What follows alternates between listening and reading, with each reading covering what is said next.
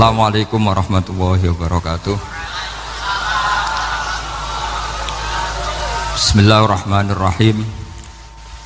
Tabarakalladzi nazzalal furqana ala 'abdihi liyakuna lil 'alamin nadhira. Allahumma shalli wa sallim ala sayyidina Maulana Muhammadin wa ala alihi wa sahbihi asma'in, nama ba'du. Yang sangat kula hormati keluarga besar Raden Asnawi sedanten mawon, mulai Gus Hafid bin Ni'am bin Zuhri bin Raden Asnawi sedanten keluarga santri niki kudanan nggih niati dudusan nonton mawon. Terus riyen wonten cerita udan niku rahmat. Jadi nak sampean melayu saking udan berarti melayu saking napa? Rahmat. Terus niki terus cara berpikir niku udan niku rahmat, terus termasuk tobat sing sah niku dawuh Imam Ghazali kon adus nganggo banyu udan sing ceblok langsung, mergo nak liwat kenteng kadang kentenge iku hasil sumbangan proposal. Terus mun sing langsung mawon, sing liwat plastik mun mboten mandi niku. Mboten mandi niku sing niku mau sama niku. Terus dulu di antara syaratnya tobat niku dawuh Imam Ghazali niku adus udan sing perawan, maksudnya sing asli ceblok saking putih langit niku langsung sampean nombe. Nak tepak nggih tobat, nak mboten tepak nggih lara niku. Mergi asli. Terus kula matur nuwun sanget jenengan hormat teng Raden Asnawi. Beliau sekarang generasi keempat ya, wonten sing generasi ketiga. Nasab kula kepanggih Raden Asnawi teng Asnawi sepuh. Terus Mbah Raden Asnawi gadah bah namine Abdullah Husnen, terus Ibu Ayu Sofiyah niku binti Asnawi sepuh. Kula buyut kula kandung damaran niku Hafsah binti Maksum bin Soleh bin Asnawi sepuh. Kenapa saya cerita zuriyah gitu? Terus satu peradaban, gini bahasa Indonesia mohon ya, kersane gaul. Satu peradaban itu yang bisa bangun itu dzurriyah itu komunitas gen. Meskipun nanti komunitas gen itu bisa disadap atau dibajak oleh orang-orang yang tidak gen, jadi agak ilegal tapi itu sah. Karena sampean bisa misalnya kalah nasab sama saya, misalnya bilang nanti ketemu di Nabi Adam saja Gus gitu. Nanti pasti kita ketemu di siapa? Nabi Adam. Terus kedua, kekalahan nasab itu udah abadi, karena nanti setelah jenengan ditanya di kuburan, bapak kamu siapa? Itu disuruh jawab Nabi siapa? Ibrahim. Terus kekalahan nasab sampai nanti berakhir di kuburan, karena nanti dijawab siapa bapak kamu, disuruh jawab siapa? Nabi Ibrahim. Jadi yang punya bapak Karmen apa itu sudah selesai, sudah gak dipakai lagi. Nanti pakai siapa? Nabi siapa? Ibrahim. Nah, kenapa saya cerita bahwa nasab gen itu akan disatukan oleh satu visi ilmiah yang objektif. Gini ku dawuh Nabi Yusuf, wattaba'tu millata abai Ibrahim wa Ishaq wa Yaqub. Terus dawuh Nabi Yusuf, maka nalana an nusyrika billahi min syai'. Jadi saya ngikuti leluhur saya. Ini dengerin ya, saya ngikuti leluhur saya, yaitu Nabi Yakub bin Ishak bin Ibrahim. Leluhur saya itu siapa? Maka nalana an nusyrika billahi min syai', yaitu keluarga besar yang tidak pernah melakukan kemusyrikan. Ya, keluarga besar kami punya tradisi tidak pernah melakukan kemusyrikan, dan bahkan itu dibahasakan tidak mungkin kita ini melakukan kemusyrikan. Maka nalana itu kira-kira kalau bahasa Indonesia itu kita ini tidak mungkin melakukan kemusyrikan. Nah, kenapa demikian? Itu berangkat dari logika yang permanen, disebut yusabbitu Allahu alladzina amanu bil qouli tsabiti fil hayatid dunya wa fil akhir. Logika permanen itu begini, misalnya kita ini kan hidup dari bapak dari ibu terus sampai Nabi Adam. Kemudian setelah Nabi Adam ini berakhir, berakhir. Kemudian kita mau tidak mau berpikir Nabi Adam itu siapa? Terus diterangkan ternyata Nabi Adam itu satu makhluk hidup yang mulanya dari tanah, lewat wahyu Allah, lewat titah Allah kun, kemudian jadi manusia yang bernama Adam. Sebelum Adam ada bumi, ada langit, ada cakrawala, macam-macam. Kemudian itu kita rumuskan lagi, asal usulnya adalah tidak ada, adamiyun makhdun. Akhirnya kita tahu bahwa alam raya ini diwujudkan setelah dari tidak ada. Nah tentu terus kita berpikir, dari tidak ada menjadi ada itu pasti penyebabnya adalah sesuatu yang ada. Nah yang ada itu disebut wajibil wujud. Karena wajibil wujud ini wujud sendiri, nggak ada saingannya. Karena Allahu ala syai'amahu, Allah ada dan tidak ada pesaingnya. Maka kita ini berpikir nggak mungkin ada kekuatan manapun yang menyamai Allah.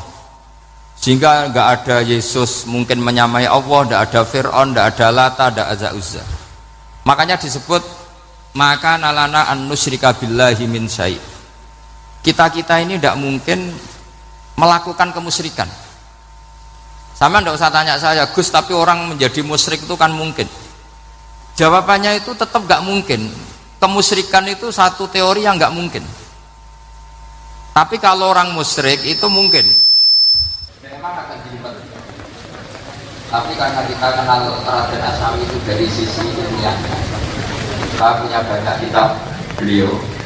Mungkin saya termasuk pernah dulu yang membawa kitab beliau banyak ke Korea. Saya itu beli pesolatan tuh bukan 1-2 sampai 2 kerdus 3 kerdus. Itu mulai dulu, mulai saya ngiai sampai sekarang. Tak bawa ke Sragen, ke Solo 3, termasuk tak bawa ke Korea. Jadi mungkin ya ini GR saya ngaji di sini itu barokahnya jualan pesolatan. Tapi bukan jualan yang cari laba enggak, karena tak gratiskan, tapi itu dagang akhirat lah kira-kira gitu. Jadi kalau saya masuk neraka kita era pantas bakul pesolatan kok masuk neraka gitu. Kayak itu enggak pantas itu. Karena saya termasuk orang ya yang cara berpikir itu optimis. Dulu di sini ada orang alim alama namanya Raden Asnawi. Terus kemudian sejarah agak berpolemik, ada yang mengatakan beliau itu muridnya Syekh Nawawi, ada yang mengatakan tidak. Apapun itu yang saya yakini adalah beliau ya saling istifadah lah, saling bermanfaat bagi Syekh Nawawi Banten. Saya punya catatan sejarah banyak tentang Raden Asnawi karena guru-guru kita itu akan ketemu di Syekh Nawawi Banten. Yaitu kita tahu misalnya saya ngaji Mbah Mun ngaji Mbah Zubair misalnya ngaji Syekh Fakih Mas Kumambang, ngaji Mbah Mahfud, terus ngaji Sayyid Abi Bakar Sato, terus ngaji Sayyid Zaini Dahlan. Kalau keluarga sini mungkin misalnya Gus Hafid, Mbah Niam, Mbah Zuhri, terus Raden Asnawi. Raden Asnawi kita tahu nikah dari istri mudanya Syekh Nawawi, yaitu Nyai Hamdana. Saya sering diceritani Mbah Mun, terus Nyai Hamdana punya anak yang namanya Zuhriyah dari Syekh Nawawi. Kemudian setelah dinikahi Raden Asnawi punya anak namanya Zuhri, Minan, Niam, terus sampai ke Gus Hafid itu, Hafid bin Niam. Kenapa saya cerita ini? Karena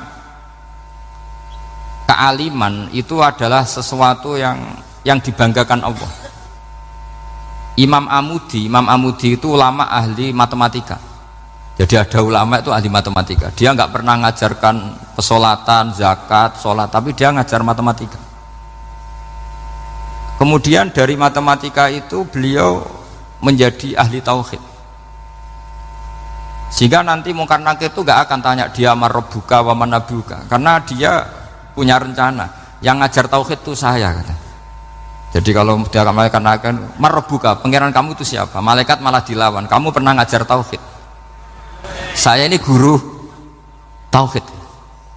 Singkat cerita, saking keramatnya Imam Amudi, kata Allah, ya Amudi, presentasikan ilmu tauhid yang lewat jalur matematika ke semua malaikat saya. Semua malaikat saya tahu cara berpikir matematis.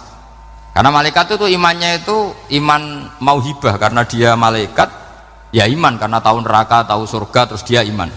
Kalau kita ndak, kita iman tuh pakai logika, jadi lebih keren. Loh betul. Malaikat itu ketika bangga, ya Allah, apa ada orang yang imannya di atas kita? Jawabnya Allah ada. Siapa?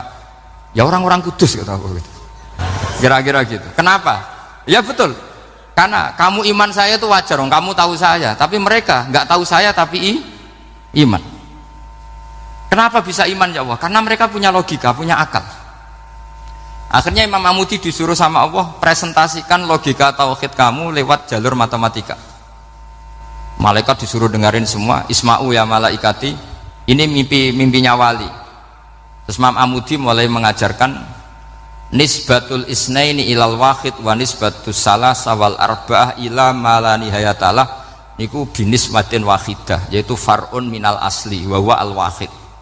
Mbok angka sebanyak apapun 2, 3, 4 sampai 1 miliar itu nisbatnya ke angka 1 adalah nisbatul far'i ilal asli, semuanya berasal dari 1. Maka hadhil awalim atau hadal alam ila ma la nihayatalahu, tetap semuanya ini cabang dari 1, yaitu wujud dari 1, yaitu Allah Subhanahu wa ta'ala. Sehingga semenjak itu ditiru sekian ulama, akhirnya malaikatnya mantuk karena kepastian kalau Allah 1 yang diyakini malaikat itu sepasti logika yang dibangun orang-orang manusia ini, padahal tidak ngerti Allah Subhanahu wa ta'ala karena pakai akal. Sehingga di pondok itu orang harus ngerti mantek. Orang mantek itu ilmu yang jelimet tapi menyenangkan. Biasanya sing sinau ambek rokokan, sawangannya kayak filosof. Jadi paling gak agak paham dia alasan. Sementing nikmati rokok, tapi pikir nikmati pemikirannya, ternyata nikmati rokok. Kayak kemarin saya datang ke resepsinya Gus Agil, saya itu tertawa terus karena dengerin Habib Mutahar. Saya membaca bahayanya rokok, setelah tahu bahayanya saya berhenti membaca. Tak pikir itu kan setelah tahu bahayanya saya berhenti merokok, ternyata enggak. Saya baca bahayanya apa? Merokok. Setelah saya baca, maka saya berhenti membaca gitu. Bukan berhenti merokok. Itu ilmu kelas tinggi seperti itu harus mantap. Pernah beliau ditegur dokter, "Beb, kalau rokok terus nanti mati." "Tenang saja, saya masih bawa korek." Dikira itu kan orangnya yang mati, ternyata beliau enteng saja. "Santai aja dok, saya masih bawa korek." Jadi saya bukan nyarankan santri rokok, tapi orang rokok itu memang punya logikanya sendiri. Kalau Banafek Hajen itu masih pernah bahas saya juga, karena Banafek juga turunan Mbah Mutamakin. "Hak, rokok itu haram tau ora?" "Nak cara kula darani haram sebuti Mbah." "Lah iya, nak haram ya bener aku. Mulane tak obong, barang haram apike diobong." Jadi saya sama orang-orang sepuh itu tidak pernah menang. Jadi apa ya? Mereka itu orang yang sudah lama, gimana ya? Mau dikatakan bulat itu, ya tapi memang nggak pernah kalah mereka. Ada satu kiai, masih misananya Banafek. Ini rokok 2 katanya. Bagi yang nggak ngerokok berarti membiarkan 2 haram masih. Bagi yang merokok berarti mengurangi haram. Kalah lagi ya. Jadi saya tuh pernah dibully 2 mbah saya, karena 2 mbah saya ini rokok semua. Akhirnya saya sing nom ngalah gitu, karena saya tidak mungkin bilang sing waras ngalah karena kalah sepuh gitu. Jadi ya sudah, mau tidak mau harus bilang sing nom kalah. Tapi yang penting itu kita mendengar. Jadi ternyata sepinter-pinternya kita itu mesti kalah pinter sama yang sepuh-sepuh itu. Jadi kalau tahu bahayanya rokok lewat membaca ya harus berhenti merokok. Berhenti membaca katanya. Nah malaikat ini cerita lagi malaikat. Saya memang dari awal niat hormat Raden Asnawi karena buyut-buyut beliau itu ketemu di buyut saya. Saya ini turunan Mbak Asnawi sepuh. Terus cuma buyut saya itu nikah Lasem, terus saya keceluk cucunya keluarga Lasem. Sebenarnya saya juga cucu Kudus. Tapi terus alhamdulillah sekarang kembali karena buyut saya menyuruh saya ngajar di Damaran, terus sampai sekarang saya ngajar di Damaran. Tapi buyut saya itu masih lahir di Damaran. Namanya Mbak Hafsah, itu Hamsah binti Maksum bin Soleh bin Asnawi sepuh. Sama seperti nasab di sini Raden Asnawi, Mbak Abdul Husnan, terus Nyai Ayu Sofiyah, terus Mbak Raden Asnawi. Saya mau cerita, jadi ilmu itu lebih keren kita. Sehingga Rasulullah Shallallahu Alaihi Wasallam pernah ngendikan, saya ini rindu sekali li ikhwani, kata Nabi itu ikhwani. Kata sahabat bilang, alasna ikhwanaka ya Rasulullah, bukankah kita ini saudara kamu, saudara engkau ya Rasulullah? Tidak, antum ashabi, kamu itu sahabat saya. Siapa teman-teman kamu itu ya Rasulullah? Yaitu kaumun yang tidak melihat saya kemudian iman kepada saya. Jadi mereka seperti kita semua di Kudus ini tidak melihat Rasulullah Shallallahu Alaihi Wasallam, tapi iman sama Nabi. Dan ketika malaikat yubahi bikum malaika, Allah bangga dengan malaikatnya, membanggakan kita. Sampai malaikat tuh sentimen, kok bisa ya Allah? Ya karena tadi, kamu iman sama saya wajar, karena kamu melihat surga, melihat neraka, melihat aras. Sementara orang Kudus coba ngelihat apa? Paling simpang 5, apa simpang 7 itu. Tapi imannya gak kalah dengan malaikat. Kenapa gak kalah? Karena tadi, kita diajarkan bahwa nisbatul isnaini wassalasah wal arba'ah ila ma la nihayatalaha, itu sama-sama nisbatul far'i ilal asli. Tetap yang asli adalah angka 1. Jadi nggak mungkin aslu hadhil asya nggak dari Allah, itu nggak mungkin, tetap dari zat yang satu. Kemudian tentu ini bukan nisbatul walad ilal walid, anak ke bapak, tentu ndak, tapi nisbatul khaliq sama makhluk. Tapi apapun itu pasti satu.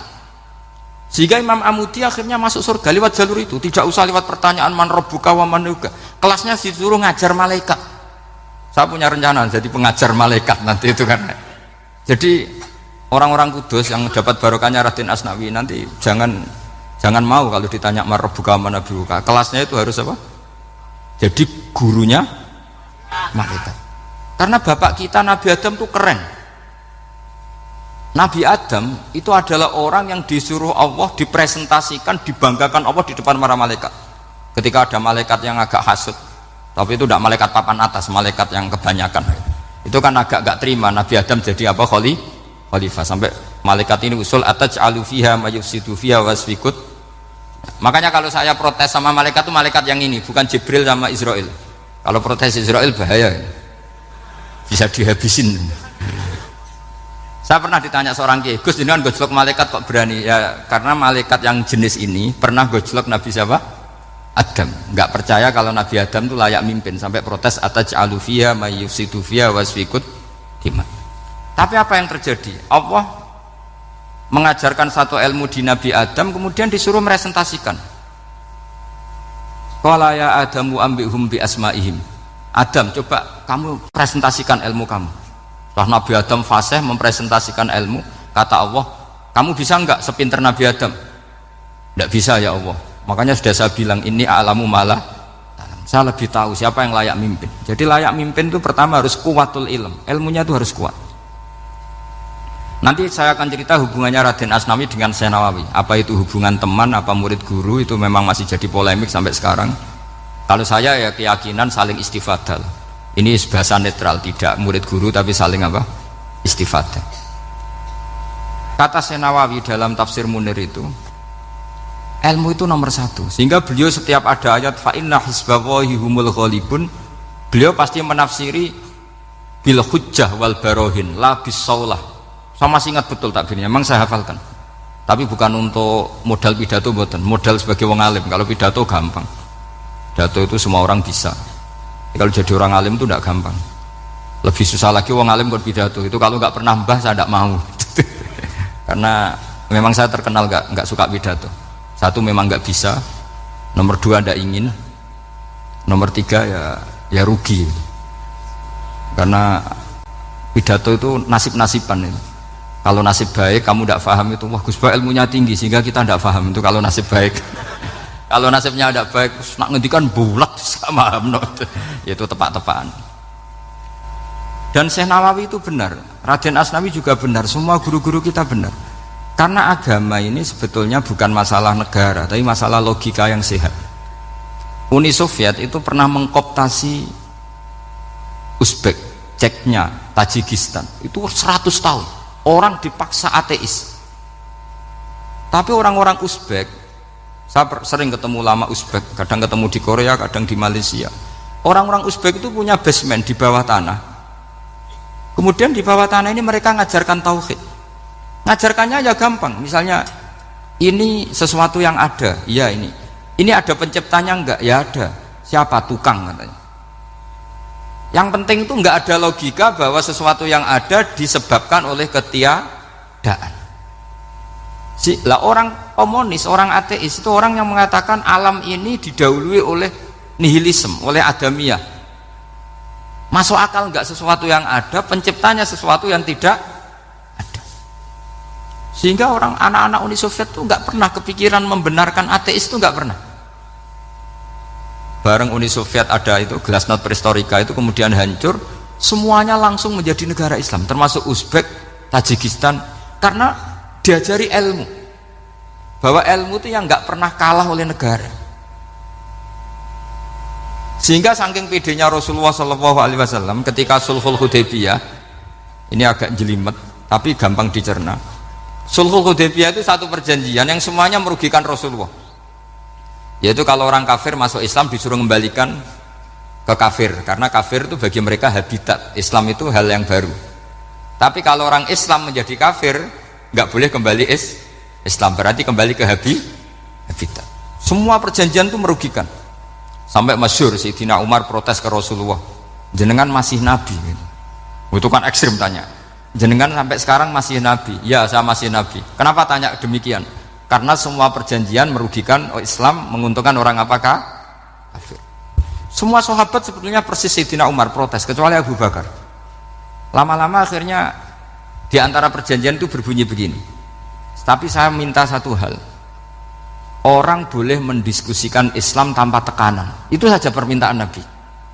Orang boleh mendiskusikan Islam secara bebas, tidak tertekan. Karena orang-orang kafir melihat itu hal yang biasa, ya nggak masalah Muhammad. Akhirnya orang diskusi, Islam itu apa sih? Islam itu orang yang menuhankan Allah. Allah itu siapa? Zat yang menciptakan langit dan bumi. Lama-lama orang kafir berpikir, wah keren, Tuhannya Muhammad bisa bikin langit dan bumi. Tidak kayak Tuhan kita, malah kita yang bikin. Jadi mulai debat itu terus ada yang cerita lagi, saya pernah loh nyembah Lata, pas itu dikencingi luwak. Masa ailahun yabulu ali sa'laban, masa Tuhan kok dikencingi luwak? Yang agak-agak ahli kitab ya diskusi lagi, wah kayaknya Yesus tidak Tuhan, masa Tuhan kok kelaparan, lemes, wah repot nanti. Jadi makanya Allah ketika gojlok wa ummuhu siddiqah kana yakulani ta'am mal masihu ibnu maryam illa rasul qad khalas min qablihir rusul wa ummuhu siddiqah kana yakulani. Coba paradok enggak, misalnya kamu didolani Nabi Isa terus ketok lemes, kenapa Tuhan saya agak sakit keroi dulu, kan gak kebayang itu. Punya Tuhan yang sakit setelah makan sehat, terus kan nggak kebayang seperti itu. Ketika Nabi punya konsep Tuhan, Tuhannya Muhammad itu siapa? Yaitu zat yang la awalalah, zat yang pertama. Lalu Tuhan itu siapa? Tuhan itu yang menciptakan langit bumi. Tuhan itu siapa? Yang memulai segalanya. Lama-lama mereka berpikir, wah kalau gitu yang benar itu Islam. Maka kata Imam Zuhri, Syihabuddin Az-Zuhri, famaka nafathun fil islami a'zoma min sulhil hudaybiyah innamaka nasu yatafaduluna fil hadis wal munaza'ah. Semua teks riwayat itu ada kata wal munaza'ah, orang bebas ngomong dan berdebat. Munaza'ah itu berdebat. Terus akhirnya falam yatakallam ahadun bil islami yaqilu syai'an illa dakhala fihi. Kemudian setelah berdebat dan mereka tahu Islam, pasti akhirnya masuk. Dan itu yang sekarang terjadi di dunia. Makanya saya pernah ditanya seorang profesor, Gus, kalau di Jogja ada sekolah perbandingan agama, menurut Anda gimana? Asal itu tentang agama, nggak apa-apa. Tapi kalau yang dibandingkan umat Islam itu jangan. Karena nanti kalau di Indonesia kira-kira yang copet itu ditanya agamanya juga Islam, yang koruptor juga Islam. Jadi kalau yang dikaji Islamnya nggak apa-apa, tapi orangnya jangan, kata saya. Karena yang bulat ya banyak, yang nggak sholat ya banyak. Tapi kalau Islamnya saja, misalnya adu konsep tentang Tuhan, masyhur kita mungkin banyak yang melihat itu debatnya Stanley Fischer sama Ahmad Didat itu. Tuhan kamu siapa ini itu sama Didat cerita Tuhan saya itu lam yalid walam yulad walam yakul lahu kufuwan. Itu spontan ada seorang mahasiswi bilang, sepertinya Tuhan Anda lebih menarik karena Tuhan Anda yang menciptakan langit bumi, yang Tuhan ini kok lahirnya sudah di bumi, masa lahir-lahir langsung jadi Tuhan. Jadi akhirnya falam yatakallam ahadun bil Islam yaqilu syai'an illa dakhala fihi. Sehingga agama ini apa? Agama itu adalah kalimat tauhid. Kalimat itu apa? Logika yang terbangun. Nah, ketika logika itu terbangun, maka disebut yusabbitu Allahu alladzina amanu bil qaulis tsabit fil hayatid dunya wa fil akhirah. Allah itu akan menetapkan satu kaul, satu presentasi ilmiah atau satu kesimpulan ilmiah yang kesimpulan itu nyata benarnya, dan ini akan nyata terus baik di kehidupan dunia maupun kehidupan apa? Akhirat. Seperti Allah sebagai Tuhan itu akan nyata terus di dunia Allah ya Tuhan, nanti di akhirat juga Tuhan. Tapi Tuhan selain Allah, maka menjadi Tuhan ini nunggu ada yang menuhankan. Misalnya Fir'aun itu jadi Tuhan karena ada yang menuhankan. Sekali dia mati, dia sudah aset wisata, bukan Tuhan lagi. Makanya gejolokannya orang ulama Arab, kalau ketemu ulama Mesir, kalau gejolokan itu lucu. Orang Arab, ada Abu Jahal, Abu Lahab, penggaweane ngusir Nabi gitu. Itu gejolokannya ulama Mesir. Kata ulama Arab, kamu gayanya benci Fir'aun, tapi rizki kamu dari wisata melihat Fir'aun. Itu gejolokannya ulama Arab sama ulama Mesir. Sehingga agama ini mengajarkan apa? Satu kalimat. Makanya kamu harus belajar mantek. Dulu Raden Asnawi ya pengajar mantek. Dulu buyut saya di sini Mbah Fauzan, abahnya Mbah Pah itu, mbahnya itu juga pengajar mantek. Karena di antara yang diceritakan Allah itu wa ja'alaha kalimatam baqiyatan fi aqibih. Tugas utama Nabi Ibrahim adalah menjadikan satu logika. Kalimah itu logika. Itu menjadi logika yang abadi, baqiyah itu abadi. Fi aqibih, di anak turunnya Nabi Ibrahim. Misalnya begini, saya beri contoh ya. Misalnya saya mengatakan teh ini hitam, itu menjadi kalimah karena diucapkan, tapi tidak menunjuk hakikat karena tehnya berwarna apa? Kuning. Sehingga Quran kalau menyalahkan orang kafir itu ngendikannya kaburas kalimatan takhruju min afwahihim. Omongannya orang kafir itu menjadi kalimat karena diucapkan dari mulutnya. Kenapa menjadi kalimat? Karena diucapkan tapi tidak menunjuk hakikat. Seperti orang mengatakan 2 ditambah 2 itu 10, itu kalimat, tapi kalimat yang salah karena tidak menunjuk hakikat. Seperti orang kafir mengatakan Tuhan itu 3, itu kalimat karena diucapkan tapi tidak menunjuk hakikat. Tapi ketika seseorang mengatakan Allah itu Tuhan, Tuhan itu satu, itu disebut kalimatu haqqin 'alaiha nahya wa 'alaiha namut. Temeriki tahlilane wa 'alaiha napa wa biha? Wa 'alaiha napa wa biha? Waliha ya, ada yang tahlilan wabiyah, itu nggak tahu sanatnya dari mana, pokoknya ada yang waliha, ada yang biha. Kenapa dikatakan kalimat tauhid? Karena kalimat yang dari kesimpulan berpikir. Dan agama ini dibawa Nabi Ibrahim itu untuk membawa kalimat tauhid. Ciri utama kalimat tadi, kamu yakin seyakin-yakinnya bahwa nisbatul snaini wassalasah wal arba'ah ila ma la nihayatalaha itu kanisbatisnain ilal wahid, yaitu semuanya far'un minal asli, aslinya adalah wahid. Sehingga di kitab, saya pernah ngaji Mbah Mun, namanya kitab Al-Husunul Hamidiyah, itu dikarang oleh ulama-ulama sekarang, itu diajarkan di MGS, ini mbah-mbahnya Gus Akil pendirinya madrasah MGS, itu ada gambarnya di situ. Di situ ada gambar piramida, ada gambar hewan, ada gambar pohon. Kata yang ngarang, gambar sedetail ini, sejelimet ini dimulai dari nuktah wahidah, tetap dimulai dari satu titik, dan ini disebut nuktatil wujud. Jadi orang kudus sebanyak ini tetap dimulai dari satu orang, yaitu Adam. Adam dimulai dari ketiadaan. Lalu siapa al-mujid? Pewujudnya siapa? Hanya Allah Subhanahu wa ta'ala. Sehingga ulama-ulama termasuk Syekh Nawawi itu paling suka ngendikan semua makna Quran dikumpulkan di Fatihah, Fatihah dikumpulkan di Bismillah, Bismillah dikumpulkan di ba, karena di ba itu ada titik nukdotil wujud, yaitu disingkat bi kana makana wa bi yakunu ma yakun. Karena saya, kata Allah, semuanya akan ada, dan karena saya yang enggak ada, semuanya suatu saat ada. Disebut nukdotil wujud. Nah, kita meyakini kalau Allah satu itu seyakin-yakinnya, karena nggak mungkin angka nggak dimulai dari angka satu.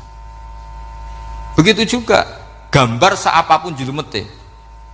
Misalnya sampean gambar zaman saya kecil, gambar paling favorit itu apa? Kambing bertarung. Itu gambarnya kan susah. Daripada gambar kambing bertarung susah terus dibikin kotak saja, tembok. Kalau tanya gurunya, gambarnya mana? Di belakang tembok Bu. Ini itu dulu saya diwarai anak-anak nakal ya. Jadi semua satu gambar itu disuruh gambar harimau, yang satu disuruh gambar kambing bentrok, yang satu disuruh gambar matahari, semuanya kotak semua. Ini itu Bu, gambarnya di belakang apa? Tembok. Maka nggak kelihatan kata dia. Jadi gurunya kalah cerdas. Yang guru itu sebenarnya nggak pernah menang, karena murid itu lebih pinter. Itu teman saya dulu kalau ngaji itu kalau tes itu ngerpek baca, gurunya marah, kamu tes kok baca? Enggak ngerpek Bu, ini belajar di kelas.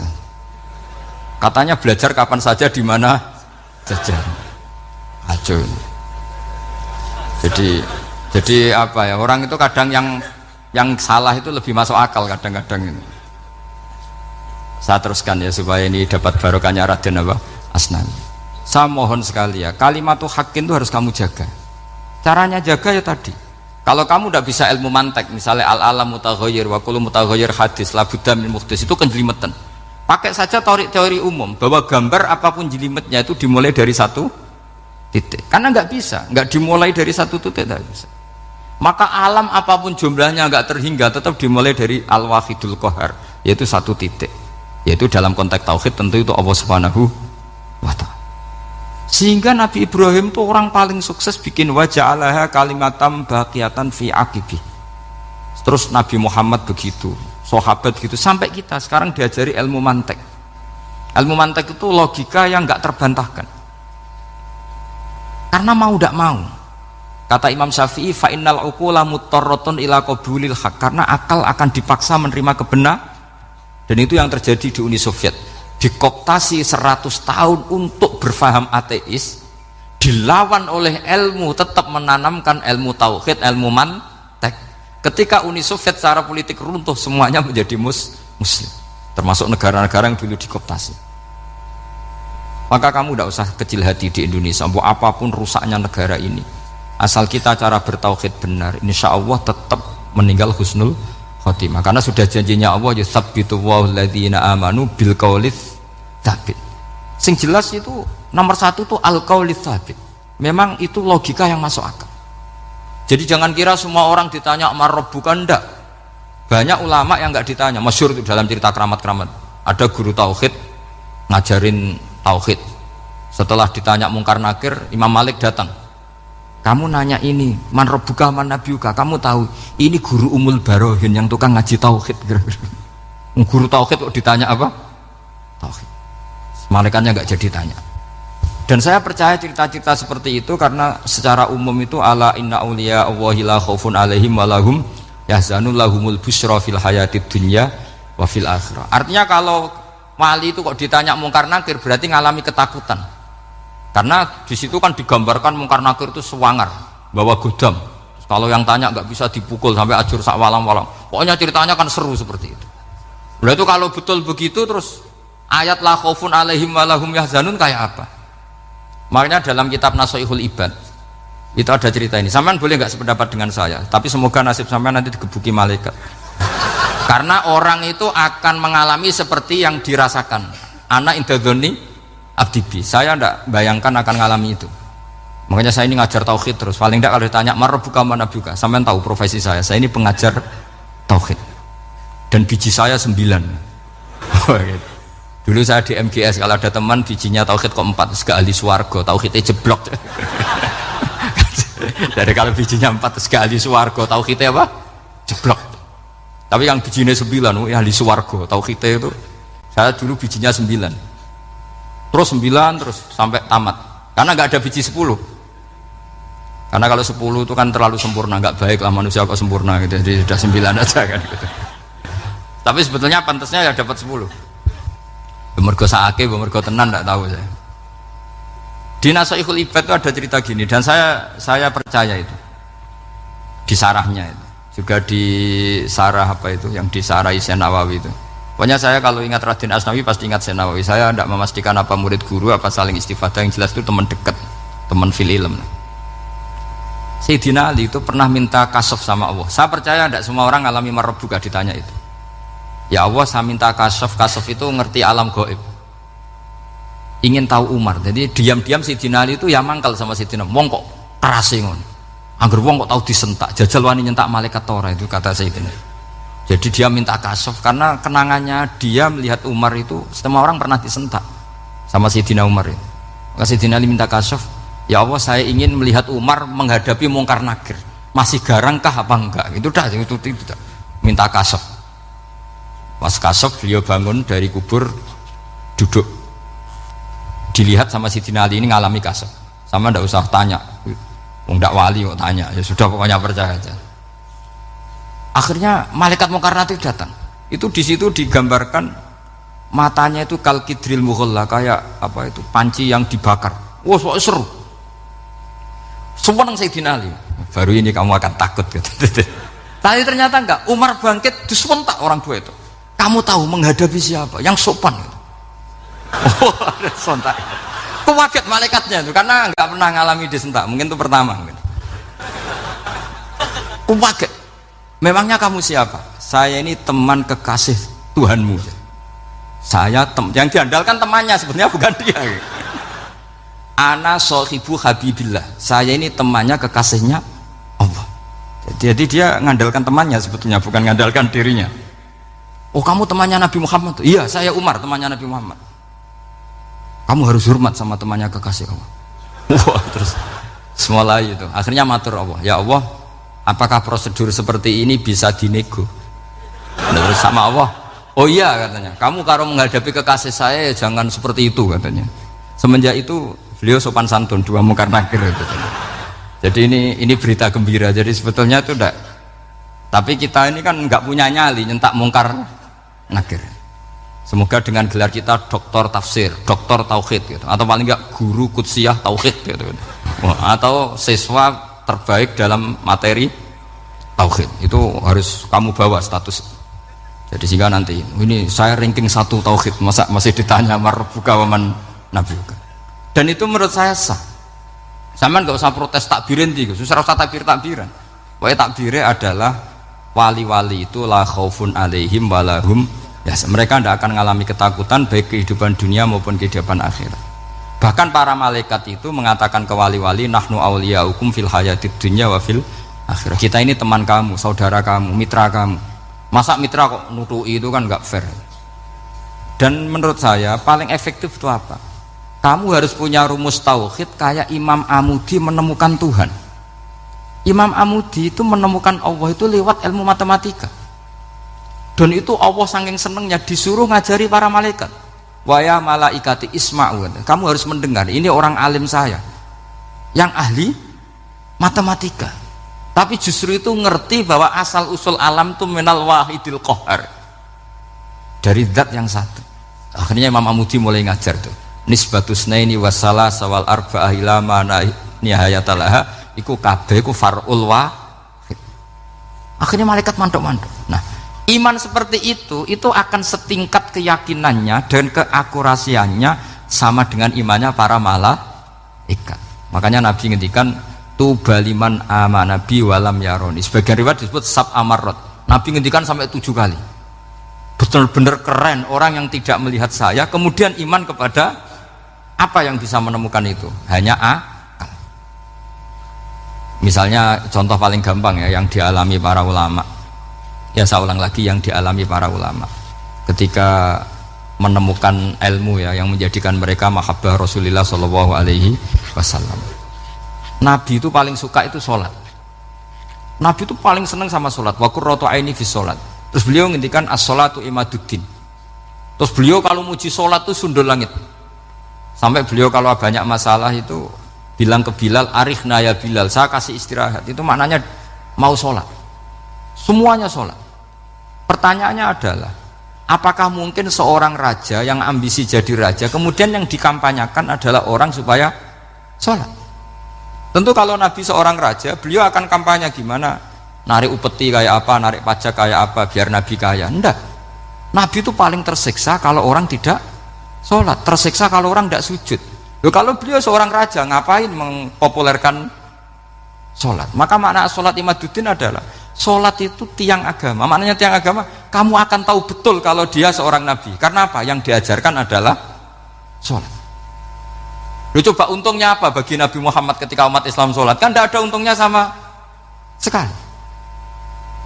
Justru itu kelihatan kalau dakwah beliau itu dakwatul haq, mengajak kebenaran. Lho wong kok kampanyane kon salat, mestine nak kepengin sugih kan kon bayar pajak, upeti. Tapi enggak, Nabi itu ngajarkan apa? Orang supaya salat. Dan ini diimplementasikan sama Raden Asnawi. Beliau ngarang pesolatan. Orang sealim itu yang dikarang pesolatan. Makanya saya tuh kagum.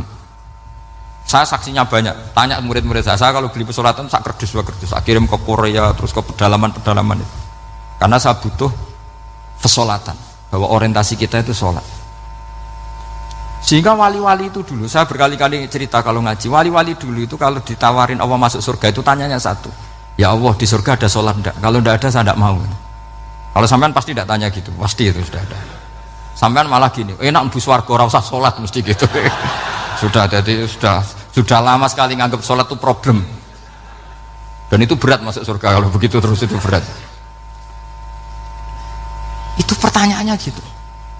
Karena alam rohani kita, saya ulang lagi, alam rohani kita itu tidak kebayang kalau kita hanya nyuwun sewu nikmati secara seksual, secara biologis. Makanya ada ulama ditanya, kenapa sholat itu lebih indah ketimbang nikmat al-wiqa misalnya, nikmatnya hubungan biologis. Jawabnya ulama itu gini, lucu, jawabannya sederhana. Nikmatnya kamu punya anak itu apa? Jawabnya ulama itu lucu. Kalau sakit dia sembuh, kalau hilang dia datang. Saya ulang lagi ya, kalau sakit dia sembuh, kalau hilang dia datang. Sekarang orang tua yang punya anak sakit koma di UGD atau di emergency, itu senangnya tuh mengalahkan kesenangan apa saja. Kira-kira orang yang berhubungan intim atau yang hubungan biologis dengan orang yang sedang anaknya sembuh dari koma, senangnya senang mana? Senang yang melihat anaknya sembuh dari koma. Senikmat apapun hubungan biologis, seneng anaknya yang hilang ketemu. Nah kalau anak ketemu saja orang seseneng itu, apalagi kita di surga ketemu zat yang lama kita sembah, yang lama kita rindukan, yang lama kita rindu, kemudian ketemu di surga, maka tidak ada artinya surga tanpa melihat Allah Subhanahu wa ta'ala. Memang harus dijelaskan secara rohani. Akhirnya orang ngerti bahwa nikmat tertinggi di surga adalah melihat Allah Subhanahu wa ta'ala. Karena kalau anak-anak muda mungkin protes, ya enggak, ya enak kumpul sama widadari gini-gini. Wah itu kan yang trauma bojone jelek gitu. Wah itu yang bojone jelek mesti kesusu masuk surga karena itu sudah jelek, cerewet, nggak mati-mati kan gitu. Terus dia ingin masuk surga mesti niate welek, mesti pikiran pertama itu kumpul widadari. Tapi ada ulama yang bikin analogi tadi, misalnya istri kamu cantik, kemudian anak kamu sakit, koma. Hubungan dengan istri sama dengar berita anak kamu sembuh, seneng mana? Seneng anak sembuh. Sama anak yang hilang, seneng mana? Anak yang hilang ketemu. Maka terus ulama bisa menjelaskan itu. Kalau orang ketemu anaknya seseneng itu, apalagi ini ketemu Tuhannya yang bertahun-tahun disembah, kemudian tidak pernah melihat. Di surga itu nanti kita melihat Allah Subhanahu. Makanya Allah begitu bangganya mempromosikan surga. Surga itu apa?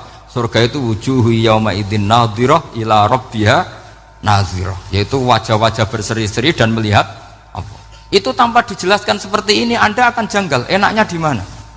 Tapi setelah dijelaskan detail gini oleh ulama, maka kita akan tahu an-ni'matul uzma sing enggak ada perbandingannya adalah nikmat masuk apa? Surga karena melihat Allah Subhanahu wa ta'ala. Ya jadi saya berkali-kali pokoknya minta sekali, hadil umat harus umat yang rasional, terutama dalam mengemban tauhid. Karena tauhid ini yang disebut kalimah. Sampai Allah mengistilahkan kepada Nabi Ibrahim itu wa ja'alaha kalimatam baqiyatan fi aqibih.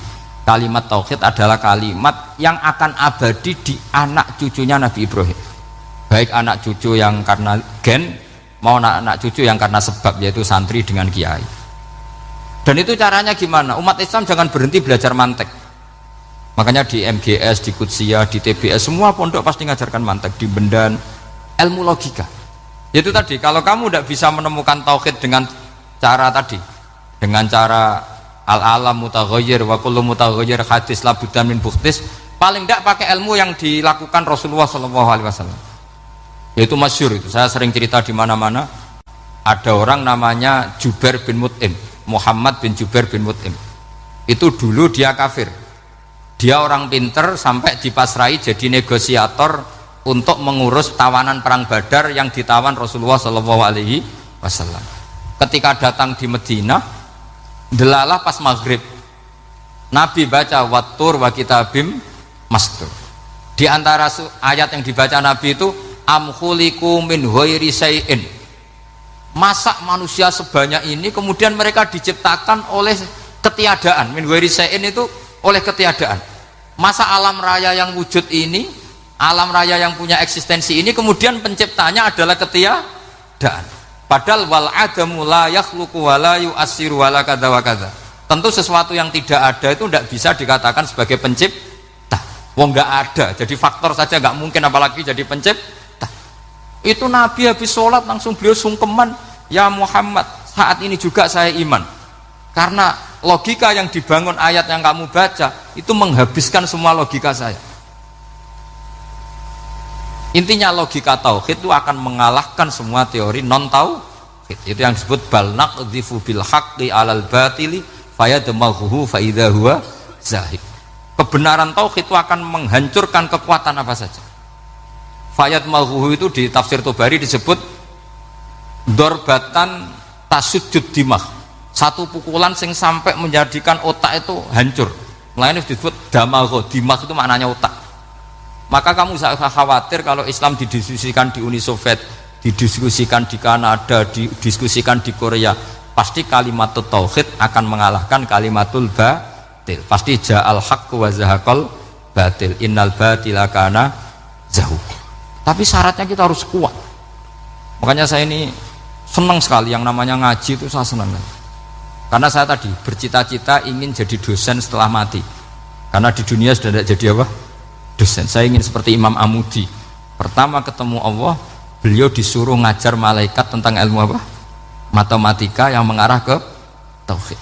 Jadi diajarkan, kamu tahu angka 2, angka 3, angka 4, semuanya bersumber dari angka 1. Berarti semuanya berawal dari 1. Gak tahu setelah itu malaikatnya dites lagi apa enggak, gak tahu. Pokoknya pas itu malaikat ya paham semua. Oke. Kayak apa hebatnya umat Rasulullah Shallallahu Alaihi Wasallam? Karena akalnya kuat. Sehingga kita harus kuat. Sehingga kalimat yang benar disebut kalimatu haqqin 'alaiha nahya wa 'alaiha. Nah, kalimat yang salah disebut kaburat kalimatan takhruju min afwahim. Kalimat menjadi kalimat karena diucapkan, tapi tidak menunjuk hakikat.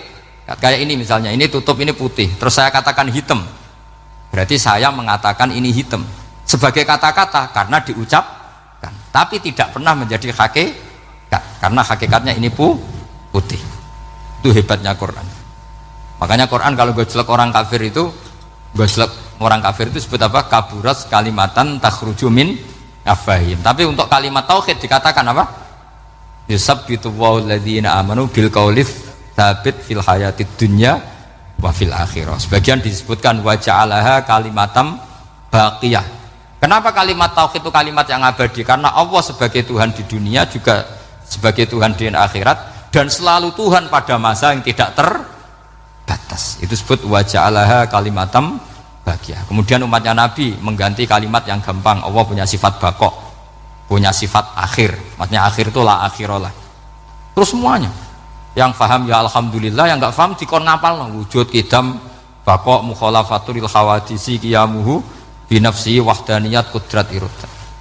Wes paham langkok sing rada alim terus roh bedane iki sifat ma'ani iki maknawiyah, cara Mu'tazilah ngene, cara ahli sunnah ngene. Wah itu sudah kejelimetan bocah. Sementing pokoknya wujud kidam. Nah, kenapa pertama yang disebut wujud? Karena yang membedakan kita dengan faham ateisme itu ya sifat wujud. Yaitu mereka mengatakan alam raya ini dimulai dari ketiadaan. Wah itu akal mana saja itu nggak bisa nerima, masa ketiadaan menciptakan sesuatu yang ada. Maka kata Ibnu Hajar al-Asqalani ketika mentafsirkan mensarai hadis, salasun mangkunna fihi wajata halawatal iman. 3 hal ini kalau kamu faham maka menemukan manisnya iman. Manis itu enak. Terus kata Ibnu Hajar Al-Asqalani, saya masih ingat betul dalam sarahnya Fathul Bari, wa yusamma inda ahlil aql, misalnya al-iltizat al-aqli. Agama ini mengajarkan kenyamanan cara berpikir. Coba kalau sampean seorang doktor atau seorang profesor atau seorang pinter, kemudian kamu dipaksa mengimani bahwa alam ini diciptakan oleh ketiadaan, itu bisa tidur gak? Oh, tidak bisa tidur. Sampean misalnya orang pinter dididik di kampus atau dididik di pondok, alam ini yang wujud, yang menciptakan itu sesuatu yang tidak wujud, kamu bisa tidur gak kira-kira? Ini guru apa? Ini syarat ini. Mosok hadil maujudat khalaqahal adam, sesuatu yang wujud diciptakan ketiadaan. Tapi agama ini membawa sesuatu yang menyenangkan untuk akal, yaitu hadhil maujudat khalaqaha wajibul wujud. Maujudat yang wujud ini diciptakan super maujud, yaitu oleh bahasa pondok disebut wajibul wujud. Kan terus seneng, wajar dong kalau sesuatu yang ada diciptakan oleh yang ada. Lah tentu ada pencipta, terus ada super, disebut wajibul wujud. Kan terus enak. Nah, itu kata Ibnu Hajar Al-Asqalani disebut wajada halawatal iman. Sehingga kita tidak usah khawatir. Makanya saya itu termasuk orang yang nggak khawatir.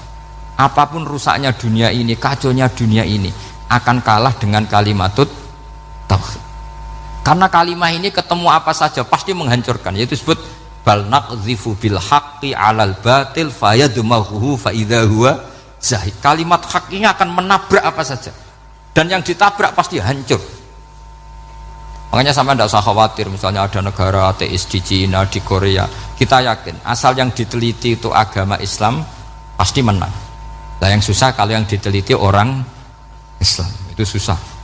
Karena yang copet kadang-kadang ya umat, apalagi di negara yang mayoritas muslim, nanti copetnya, premannya, koruptornya semuanya beragama Islam. Makanya kita hanya punya pilihan dua, itu umat Islam dan Islam yang kumat itu dok.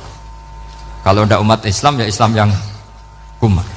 Tapi kalau kalimat tauhid itu kalimat yang aman, tak jamin 100%. Sehingga saya itu kalau ditanya profesor, Pak Bahak, kalau suatu saat Indonesia jadi negara yang sangat terbuka, kemudian ada sekolah perbandingan agama, menurut Anda prospek Islam gimana? Saya jawab, asal yang dikaji Islamnya bukan orangnya, pasti Islam tetap prospek. Asal yang dikaji apa? Islamnya, bukan orangnya. Kalau orangnya ya Masya Allah, itu tadi, kalau tidak umat Islam ya Islam yang umat. Ya ngoten mawon, supaya ini mungkin untuk barokah napa Raden Asnawi, untuk barokah ngaji kalimat tauhid. Terus sampean kudanan nih kula mboten sakake, tak anggap untuk rahmat ngoten mawon nggih. Terus karena tadi di antara syaratnya tobat kata Imam Ghazali itu pernah kena air hujan yang langsung turun dari langit. Ya itu jelas itu di Ikhya itu, karena ahalul halal adalah alma an-nazil minas sama. Halalnya barang paling halal adalah air yang pertama turun dari langit. Tapi kalau yang sudah lewat pecine sampean tuh masalah ini. Kadang pecinya kan temane gasap macam-macam itu. Atau beli lewat nyentak orang tua. Ya masalah lah ini. Tapi ya lebih baik yang pakai peci timbang yang enggak, lebih sopan gitu kan. Tapi yang enggak pakai peci ya enggak apa-apa, karena langsung kena apa? Kena apa? Hujan. Jadi pokoknya yang ingat-ingat ya, yusab gitu walladzina amanu bil qaulis sabit. Ngaji putus asa iku ndonga elek kanggo awake dhewe. Kaya zaman dekne cek apik seneng apik. Niku bolak-balik kula nak ngaji niku. Dalu kula ngaji mbek santri-santri nggih ngoten nggih. Masalah utama kita sebagai wong salaf niku tradisi syukur itu tidak ada. Kula niku nganti sakniki kula pun bolak-balik matur ten santri-santri kula. Kowe anggere iso syukur ya santriku. Nek iso syukur dunya akhirat tak aku santri. Mergo masalah kita ini gampang ngeluh. Kula nu dek dalu ngaji. Kula jujur mawon niki sampean cocok ra cocok urusan. Kita ini sebagai kiai itu biasa mentoleransi tamu atau penggemar kita sing ngeluh. Duga yai kula kerja ngliri yen nganti sani mboten nate sugih-sugih atau badi. Kula nganti saniki awak kula lara kabeh, anak kula lara kabeh. Kita ini harus mentradisikan itu, tidak kita toleransi. Kita harus mentradisikan syukur. Karena ayatnya jelas, ma yaf'alullahu bi'adzabikum in syakartum wa amantum. Allah itu ora bakal nyiksa kowe selagi ini kowe jadi tradisi syukur. Kalau nggih nate marah, kalau nggih nate susah, tapi kita sebagai orang mukmin itu harus berlatih syukur, harus dilatih terus. Bahkan ada ayat sing ekstrim, fattaqullaha la'allakum tashkurun. Kowe iku takwa nek menawa dadi wong syukur. Dadi takwa wis sak ngisore napa? Syukur. Dadi ana ayat istilah fattaqullaha la'allakum tashkurun. Kowe iku takwa nek menawa dadi wong syukur. Karena kalau tidak syukur itu begitu. Kalau nanti ngamuk tiang gara-gara ngot. Saat ini repot lokus nak lunga-lunga lagi. Kalau saat ini dia anak cilik, jenis caci gak rewel. Tak kena. Dan bisa, anakmu repot. Bukan anakmu dipateni pengiran. Kira-kira pengiah-ngiah tau orang. Wah, nak mati ngiah-ngiah tenan. Iya. Bisa iki disik rano anak kepena anak. Jadi nak dia anak cilik mari repot. Ini nak dipateni pengiran nang ngiah. Ya, gue tidak usah begitu. Dia anak syukur karena itu pewaris kita. Gue nak sumpah isu hiburan nabi anak. Bahwa kita kadang ribet ngurusi cawi ya apa ya itu kan dasarnya sekali kita ribet, tapi jangan ngeluh. Wah anak SD SMP saya biaya ke waya sekolah, SMP bayar, SMU bayar, kuliah bayar. Ya saya anak merasa sekolah, ada kok ninggalan gelandangan kok ya kok ini ya anak sekolah biaya ini kok gelandangan nih ya dan orangnya motor ya Karena itu tadi sampai Quran ngeritik wa tul insanu besar doa bil khair. Kita ini mudah gegabah. Ditokoi Gus Dur kecewa, ditokoi Basim kecewa, tokoi Pak Karno kecewa. Kowe milih tokoh sapa? Nokoi awam dhewe. Boleh kita yang jembar dada. Saya tidak pernah ngeritik SBY sebagai presiden. Kalau ngeritik ya dia punya kebijakan apa, saya ada cocok saya kritik, tapi saya sebut halnya apa. Di Presiden Soekarno dhisik wong ya kecewa. Wong ning sare Pak Karno ya lewat demo saat inflasi 600 digit. Bulingnya Soekarno ya lewat demo. Nyatanya di Presiden Soeharto ya kecewa, ya dipecat lewat demo, lewat power people. Itu Presiden ini Habibie ya kecewa, konang sedelo ae. Lagi Habibie urung luguh tenanan ya. Kinang pemilu, itu Presiden transisi, geneman kok ngono. Jadi kinang pemilu, itu Presiden transisi. Umumnya Presiden nak dijamin konstitusi, itu orang ono Presiden yang akan sedelo. Mau kon gawe persiapan pemilu mergo kuwi presiden wis ngono dikai warning ambek mahasiswa ambek pakar-pakar. Kamu tidak boleh punya keputusan strategis karena kamu hanya presiden. Jadi aku barang anggap kiai transisi. Ora oleh fatwa penting kiai transisi. Cangkem ora ono bare. Lho bareng diketi Gus Dur ya kecewa meneh dipet. Nah Megawati urung sempat mecat terus leren dhewe mergo sedelok lah. Ora usah dipecat terus leren dhewe. Ya orang gampang kecewa itu merusak tatanan. Ambil NU kecewa, ambil Muhammadiyah kecewa. Ambil apa saja kecewa itu ya mental kita harus mudah syukur.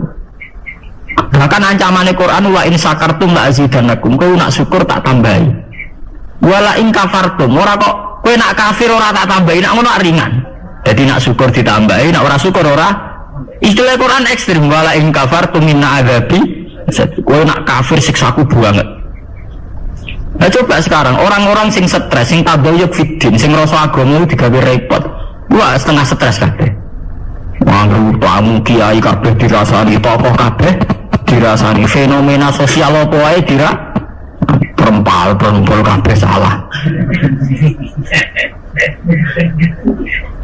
Kowe dhewe ku piye? Kowe salah ta ora dipikir. Mana kalau tetap setuju ya, saya sebagai pribadi itu tetap milih NU atau Muhammadiyah. Nah partai milih yang gede. Ya sebenarnya pemilih gede Golkar, PDI, bawa sing gede-gede dua kertakoi.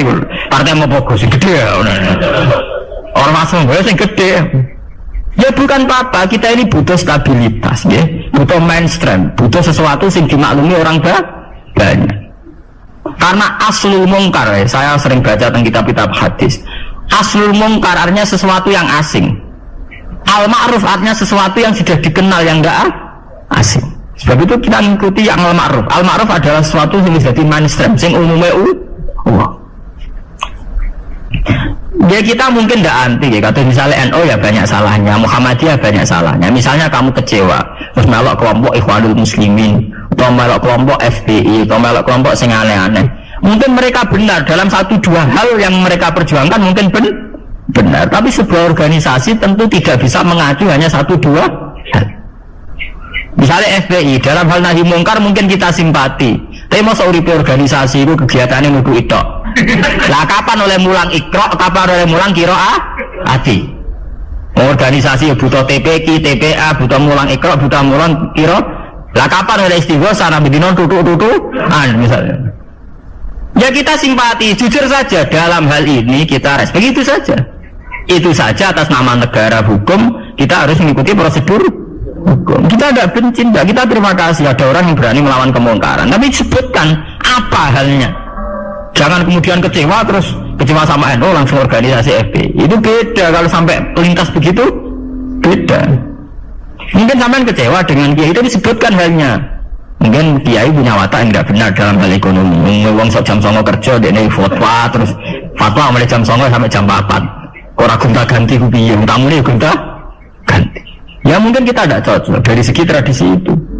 Kalau piyambak sebagai kiai bukan nonton, kalau bukan seneng di tamu jam 9 sampai jam 4. Biar orang punya tradisi kerja. Kalau nganggur jogomi ya seneng ya orang. Agak jeli ya, nanti turutin apa? Jeli ya.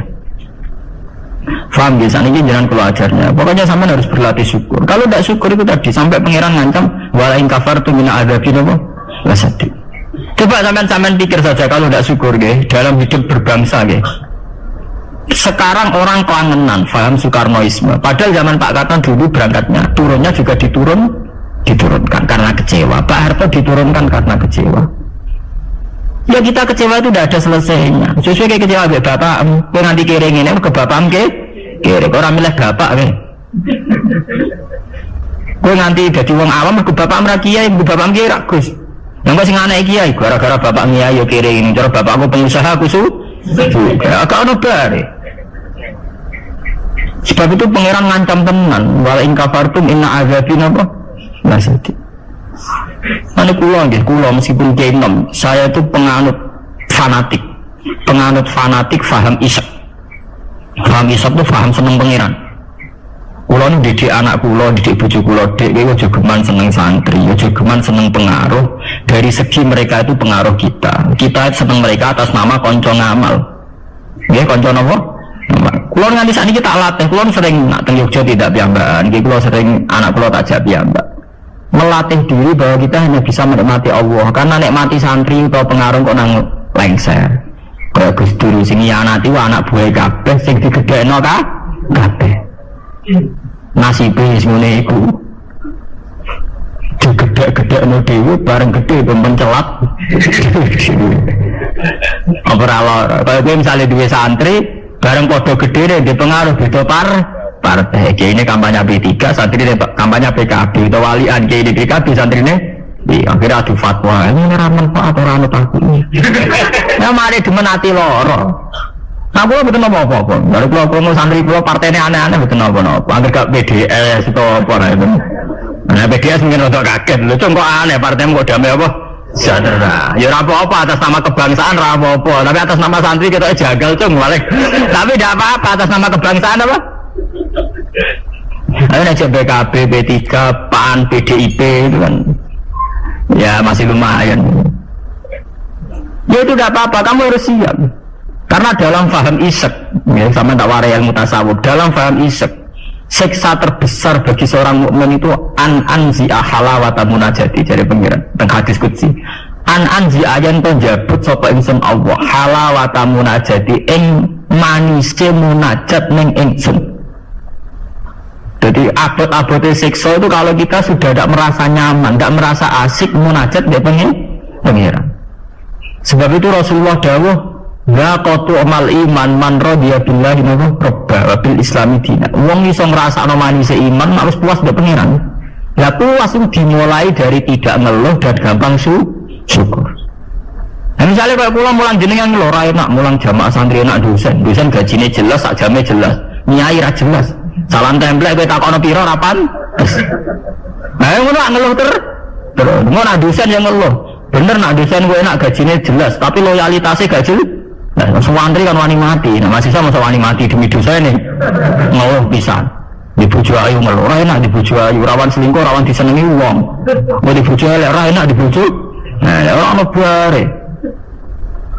Mana bener pangeran diancam inna azabina pun tersati. Dia angkat terkungkung terus oleh siksaku. Mereka ya mesti. Ya kula niku tenan. Kula niku sering dilapuri kalian kanca angkatan kula. Gus dinan nyai kok puide kaya ra di masalah. Lah piye nek di masalah? Misalnya ana sing ra seneng jenengan Gusti ora cocok, napa iku masalah. Nah sing ra cocok pangeran, aku dikandani Jibril iku lagi apa? Masalah. Nah ra cocok manusa ora masalah biasa.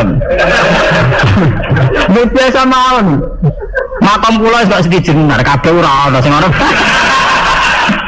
Sing ana pangeran ora masalah. Ya karena apa? Kalau saya ngeluh itu rawan tidak syukur. Akhirnya kita ngeluh. Sak rewanginya tenanan jebule wong ra cocok ngeluh. Itu yang repot. Ini kok pede mawon. Sulon ngaku madzhab Quran wa amma bi nikmati rabbika napa.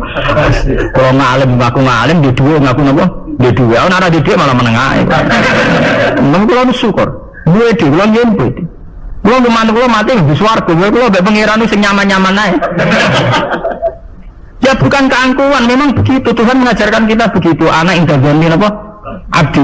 Aku itu menurut penyangkaane kawula aku. Sehingga ana cerita nggih tenggene neraka niku wonten tiyang alim saleh. Dilebokno swarga. Ditakoki karo pangeran, "Kowe roh mlebu swarga ya kowe iki kula seneng ibadah, seneng apa? Wis ben neraka gak ngergani aku ya ada pangeran." Karena ngandalno amal. Ini wonten tiyang ra ndek amal apik blas. Dilebokno neraka, mbek pangeran divonis neraka. Barang divonis neraka, wis kono ke mlebu neraka. Iku ya mbek mlengak. Ngono kok mlengak aja. Oh, tak vonis sampai dieksekusi bener kok mlengak. Saya tuh tidak pernah menduga ya Allah kalau sampean sesadis ini.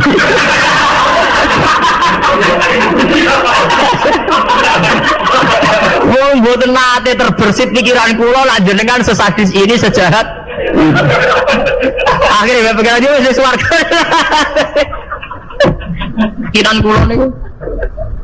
Gede kula nggih, zaman rong pati ngalim lagi delalah niku seneng kula ngoten.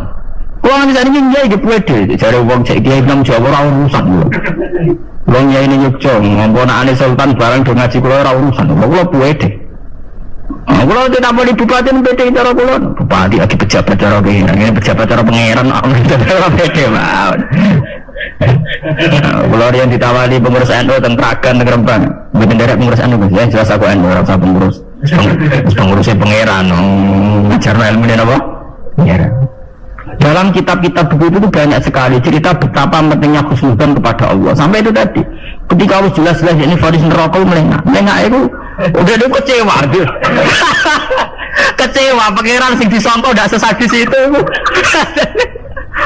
Ma'adzun nubika ya Allah ila khairan. Saya itu tidak pernah ngira kalau jenengan akan langsung pangeran di bonus warga. Banyak cerita-cerita secara hadis qudsi begitu. Wonten tiyang sing ngregani posisine pangeran itu rata-rata masuk surga. Termasuk ceritane Kanjeng Nabi, ana rajulun min Bani Israil iku dilebokno swarga mergo wasiat, aku nak mati iku gerus ning bumi. Senak dadi abu sebarno ning laut. Ketika pangeran takok lho kok nganti ngono asal suliki, asal kula sungkan jenengan. Mergo ora tau ngamal apik. Lu beberan dilebokno swarga, ora gampang sungkan nganti ngono. Sungkan lho. Lawa nafsiri male wakhafata iku wedi, pas iku sungkan lho jenengan niku. Mboten nate ngamal apik napa? Sungkan lho jenengan. Beberan dilebokno swarga. Anak gagani napa? Sampai Abdul bin Mas'ud itu apa mati ini ngomong do nangis muni, kok ora usah nangis ya aku mesti mlebu swarga. Ketika ditanya kenapa sampean pede begitu, waqat qala rasul la yamutanna ahadukum illa wa huwa yusilu dzanna billah, jageman kok iku mati kecuali dalam keadaan husnudzan tidak penuh. Kita harus yakin kalau dengan Allah itu baik-baik saja. Kenapa apa kita diajari medina maca bismillahirrahmanirrahim. Nah ngono ki Qur'ane ganti ya bismillahirrahmanirrahim ikop ta apa. Itu kan ngapain dari dulu setiap ayat diwarai bismillahirrahmanirrahim. Rahman ya Rahman, Rahim ya Rahim. Artinya akeh welas, ora akeh siksa. Kulo nek santri-santri sing ngelung tak dik. Lah aku model kiai ngono lho apa kowe ada ngaji Ar-Rahmanir-Rahim. Menisane bismillah ganti bismillah syadidil iqab, bismillah syari'il hisab. Nah, kalau sering tidak kok. Nah, jangan rawat disalah. Dia orang rawat biasa. Salah ibuan pangeran penyepuran. Kemudian cerita tentang hikam nih. Dia cerita tentang hikam. Nasi bodoh ini buat minggu lah berarti hikam sih bodoh nih. Wonten wali donga teng multazam. Multazam mak tempat mustajab. Nah, karena dia wali masa donga duit ya ora pantes. Wali kok njaluk apa? Duit. Njaluk dunya. Dungane ya Allah, saya hanya minta satu hal. Ini kula selametno saking durakane jenengan. Nanti saurip-urip kula mboten nate maksiat teng. Jawabe pengiran antik. Nek ngono sifat ghafur ku ora nganggur. Anane sifat nyepuro mergo ana salah. Lah nek ora tau salah sifat ghafur ku ora napa? Nganggur. Ya kita manfaatkan. Jawabe pengiran fa'ina adau ghufrani terus sifat ghafur ku tak ada kok. Jadi kita harus begitu, harus senubuhan. Kita taat, kita tetap menjauhi zina, menjauhi maksiat. Kita taat, tapi karena sungkan bukan karena takut pangeran kau Hitler nak salah sidik nyiksa, nak salah sidik nendang pun. Kita tidak maksiat bukan karena takut Tuhan dengan artian bahwa Tuhan senang nyoal, senang kecangkeman, senang ribet pun tidak. Kita menghormati Tuhan sebagai posisi itu Tuhan. Jadi kita takwa karena menghormati posisinya pangeran, bukan karena kita takut pangeran kecangkeman. Senangnya kok KPK sidik-sidik di audit, tidak usah begitu. Kita itu asik dengan Tuhan itu karena meregani posisi pangeran. Kalau wani sumpah, saya itu bayangkan andekan nyolong utawa zina, andekan itu yang tak wedi ini buatan dosanya zina atau nyolong. Kalau wedi terus gak nyaman kumpul pangeran itu saja. Anzia halawatan apa? Ya Allah, saya ini takut kalau saya maksiat kemudian di hati saya sudah merasa tidak asik dengan engkau, dengan jenengan. Jadi kalau niku nak melihat maksiat itu ya kayak saya itu ya begitu bang. Kalau niku anggap ngeluh utawi apa maksiat ini tak wedi ini kamu sudah. Ya Allah, jangan-jangan saya ini sudah tidak bisa asik dengan jenengan. Kalau niku setuju mazhab-mazhab isak yang kayak di Hikam, kayak di Ihya, di Juz 3 itu ada kitabul iski, isak sayang dengan Tuhan itu harus kita kembangkan. Wonten ulama ini ulama sufi sange senenge pengirannya dan nak dalu. Ini bapak-bapak piyambak, tapi kula setuju mboten. Ya dene ora wiridan mboten, mara gulung. Wae watu sing gede. Ini tenan iki mboten mboten kuyon. Ana-ana sing watek omongan bapak-bapak, tapi wali den. Dadi wali mergo bapak-bapak. Kalau ada agar tangis tengah apa tuh geng ngopi, gitu tuku kopi sing larang, ini SKP pokoknya sing larang. Ya gerban ini geng ngopi, kalau jarang tahajud geng ngopi, ya asik be pangeran. Badan itu ya sholat tak kadare pun tenan. Kalau ini beda ini, karena inti daripada munajat itu adalah atadzal billah, wa ta'annas billah, al-istinas billah, wa nyaman dengan Tuhan. Seorang sufi itu kalau dia itu boleh waktu sing gede, terus madep. Aina mulukul ardi fi hadhil ladza. Ndi enake dadi raja. Dene ku janggal, ono dari raja kok enak numpak Mercy, presiden kok enak numpak Mercy, mungkin bupati enak dadi wong sugih. Mergo kowe ora tau ngrasakno enake dadi wong mukmin nek mati pengi. Mestine kowe pede enake dadi wong mukmin. Enake nyaman mbek pengiran. Sampe delok teng ngene kitab-kitab kados teng taklim mutalim sekalipun ono cerita aina mulukul ardi fi hadhil ladza. Ini rojo-rojo, enak ini dadi rojo, enak ini dadi wong sugih. Enggak ngalahno nikmat kuwi iki. Lan kula mboten saged bayangno enake dadi kiai gedhe, kiai cilik mboten saged. Nggih bayangno enake wong seneng pangeran niku. Saya pernah punya kakak wakil bupati, saya kenal sama menteri. Ya mboten nate kula ngrasa enak dadi menteri biasa mawon. Selagi aku cek seneng pangeran, ya enak titik. Makanya istilah Kanjeng Nabi Zaqatu mal iman man radiya bil irba. Iman itu harus ada rasanya. Mungkin kamu iman secara intelektual. Kayak santri-santri ya iman kabeh secara intelektual, tapi murni kering. Iku iman nak pangeran iku ana. Mergo dalil al-alam mutaghayyir wa kullu mutaghayyir hadis wal hadis la mudda ayakuna min muhdis. Iku jenenge iman kering. Wae dene ana pangeran percaya mergo alam mutaghayyir. Nak mutaghayyir barang hadis. Nah hadis butuh Nabi tidak pernah mengajarkan begitu. Iman itu harus sampai zaqatu mal iman, harus ada rasanya. Lah rasanya iman dimulai sangka nyaman mbek pengiran radhiya billahi napa? Rabban. Sebab itu Quran diulang-ulang. Walladzina amanu asyaddu hubbal lillah. Kalau wis mukmin tenan nyaman dengan Tuhan. Sebab itu tengene surat Al-Bayyinah nggih ngoten, nyeritakno wong mukmin sing khairul bariyah. Innalladzina amanu wa amilus solihati ulaika hum khairul bariyah. Ditutup napa radhiyallahu anhum wa radu an. Terus dzalika liman khasyana rabbah. Orang yang takut posisi Tuhannya. Ini sing disebut wa amma man khafa maqama rabbih wa nahan nafsa 'anil orang yang takut posisi Tuhan, sehingga karena takut posisi Tuhan ini kemudian mereka wanahan nafsa anil. Jadi gampangannya orang maksiat itu mergo sungkan pangeran, orang mergo wedi neraka. Nah, itu harus kita latih, ya, kita latih. Meskipun gak usah wiridan mau kayak ulama sing plepak-plepok ning dhuwur watu. Nah, jare sarai ngeten, jare sarai. Kenapa kok milih watu? Jare raja iku nasike mergo lungguh ning kursi dhuwur, liyane ning ngisor. Lah nek ngono ora iso munggah gunung gak liyane ning ngisor. Dadi ya dielmoni disareati rek.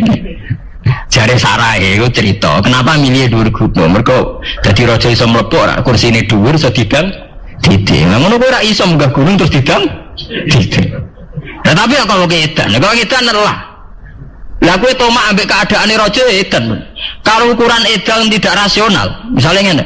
Nah, tapi didang-diding kok wong edan, Gus. Lah kowe tomak ning kenikmatane presiden, tomak ning kenikmatane wong sugih ku ya edan. Karena apa? Kamu ingin sesuatu yang tidak milik kamu, itu ya tidak rasional. Wong kowe ra ngombe es kok kepen seger itu ya tidak rasional. Tidak rasional kan ya edan padha.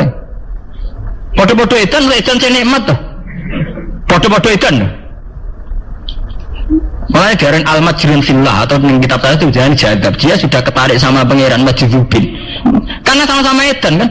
Daripada aku edan ngiler nenek mati wong liya atau edan nek mati diri sendiri.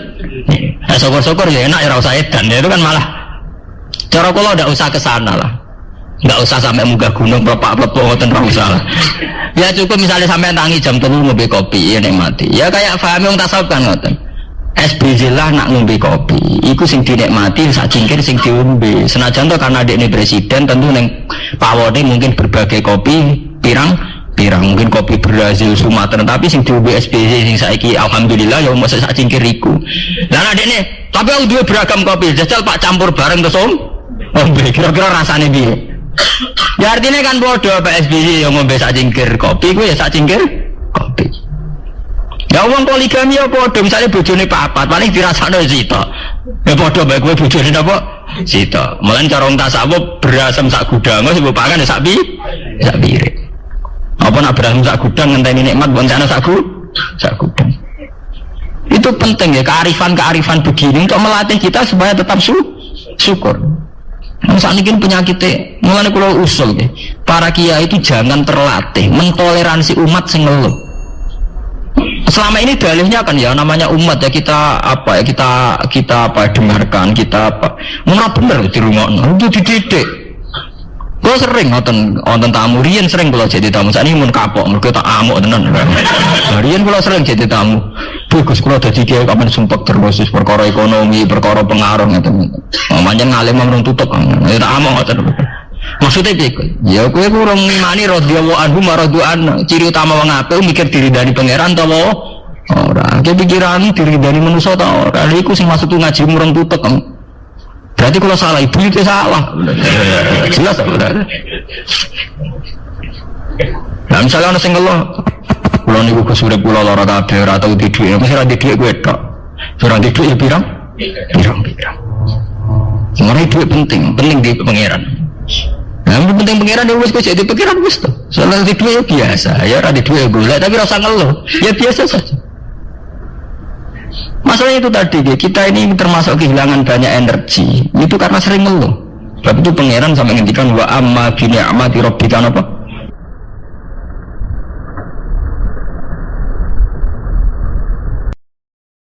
Lan saiki seneng ditaker ya padha. Wong melarat di dhuwit 10.000. Terus sekedar gak ditaker. Semenenge sak pol. Sekedar gak ditaker semenenge. Artinya kalau misalnya senengnya menteri ditimbang senengnya Rugen, kok ya bodoh. Jadi mereka seneng nak ketemu konco koalisi, lu Rugen ketemu sofa itu seneng. Padahal ya bodoh ra jelas gunanya apa. Oh nak ketemu ya boleh yo. Loh ning ndi? Opo? Kene jagongan seneng ketemu. Ya sama seperti mereka ketemu mitra koalisi gitu kok. Artinya kok nak ditimbang senengnya Rugen mbek Pak Prabowo, Pak Jokowi gitu. Bodoh. Lah terus lalu bedanya apa? Kita hidup itu bedanya sama kan, polanya sama. Tapi kalau suwira tasawuf jadi tidak mikir lambat, paham? Jadi kan kesuwen orang kedunya nopo. Lah iki tak niku tak tobat no paham. Jadi Kowe nek kepengen ngitung nikmate Allah tenanan, nikmat itu kan yang kamu rasakan. Sing kamu rasakan sing nyata sudah kamu makan, nyata sudah kamu ini. Ternyata nanti apa? Sama. Makalah niki nanti kula waos pas wingi pas soleh bapak. Ngaji tertutup ngeten niki. Terus intine ngeten niki rumono tenan. Manusa niku dhewe watak iku mesti elek. Disebut wa kanal insanu zaluman napa jahula. Dadi manusa wis zalim campur gintung. Wis zalim campur napa? Gintung. Desa elek. Zaluman banget zalime, jahulan banget napa? Gintung. Nah, ini juga yang dialami para sahabatnya Nabi. Memang tidak semua, tapi banyak juga yang cara pandang begitu. Di ketika Nabi itu terkenal lomo, wong roh kabeh nak Rasulullah ku lomo. Terus pikirane wong sing Arabi ngene nak lomo mesti ngekeki ini akeh, wong lomo kok ngekeki sithik. Sehingga ketika dikai Nabi sithik, terus Nabi ngendikan ahsantu ilaika. Wong kesuwi, apa aku nglakoni apik mbek kowe? Lablas niku. Lha iku ngomongnya di depan umum, akhirnya para sahabat tersinggung. Wong iki ape dijotosi. Terus dari Nabi ankafu, wis ora usah jotosi wong Bedui, jadi ora usah jotosi. Walhasil terus si Arabimu dijak mbek Kanjeng Nabi teng dalem ditambahi meneh. Bareng ditambahi kathah, wis kowe seneng, Cung. Nggih seneng. Muga-muga diwales pangeran jenengan. Mergo wis puas dikai napa akeh. Lah itu yang hebatnya Rasulullah. Tadi kan dia ngomentari Nabi la ajmalta bahwa engkau tidak baik karena ngekek ini napa sithik. Setelah dikai akeh, orang itu senang.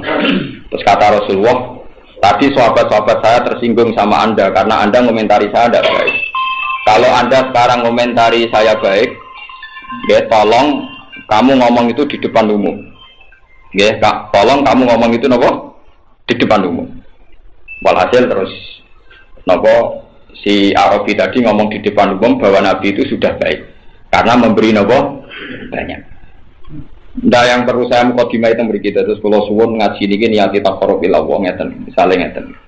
Kula niku pun neliti baik secara ilmiah kula ngaji ngangge ngalim kula maupun ngangge firasat kula maupun ngangge ilmu lapangan kula.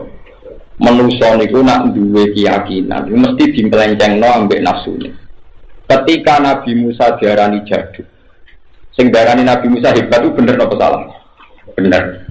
Sing darani Nabi Musa para pangeran bener apa salah? Bener. Sing darani Nabi Musa dongane mustajab bener apa salah? Bener.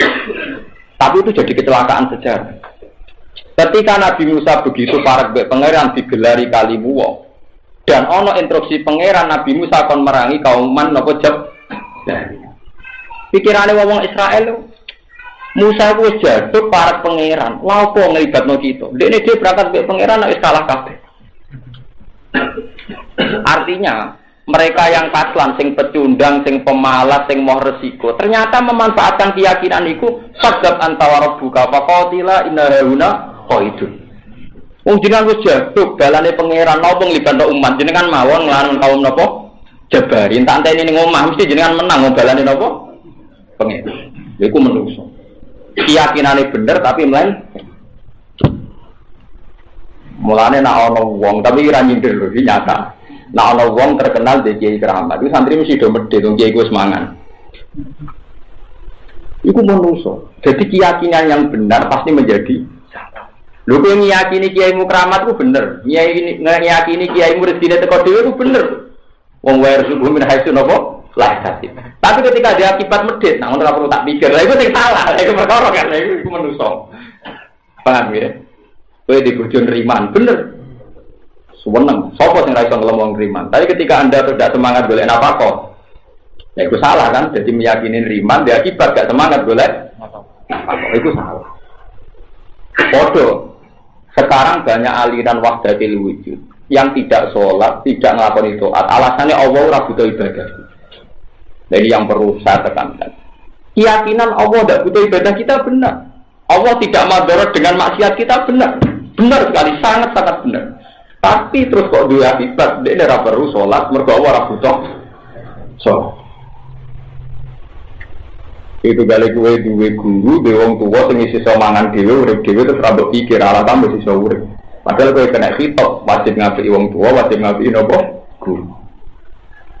Lagi yang paling baik. Mulane niki kula bisa teng mriki wa kanal insan napa guluman. Jadi manusia itu umpama keyakinannya bener jadi bodoh. Misalnya sekarang wae pilpres. Orang berharap pemimpin yang baik itu benar. Wah, nak presidennya apik, adil kok negara tentrem. Keyakinan mencari pemimpin yang benar itu benar. Tapi ketika Anda mentaklekkan kesejahteraan Indonesia sebagai presiden kafir, pangeran sudah kok endi? Nah, kalau itu yang Gus milih sopo, biasa milih pangeran.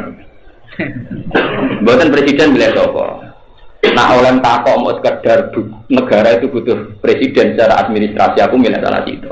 Tapi nak aku mau nih bersejahtera milih sopo. Mau aku mau jadi kafir, gue sejahtera orang aku urusannya apa? Nah itu keliru. Kenapa kita bertaruh urusan tauhid hanya untuk pilihan apa? Presiden. Saya boleh bojo solihah itu bener, nak bojoku solihah urip kowe enak, anak turun kowe enak itu bener. Tapi ketika kowe ngurusak tauhid, nak orang solihah gak mungkin nurono solihah, goblok kowe pangeran mbok kilani.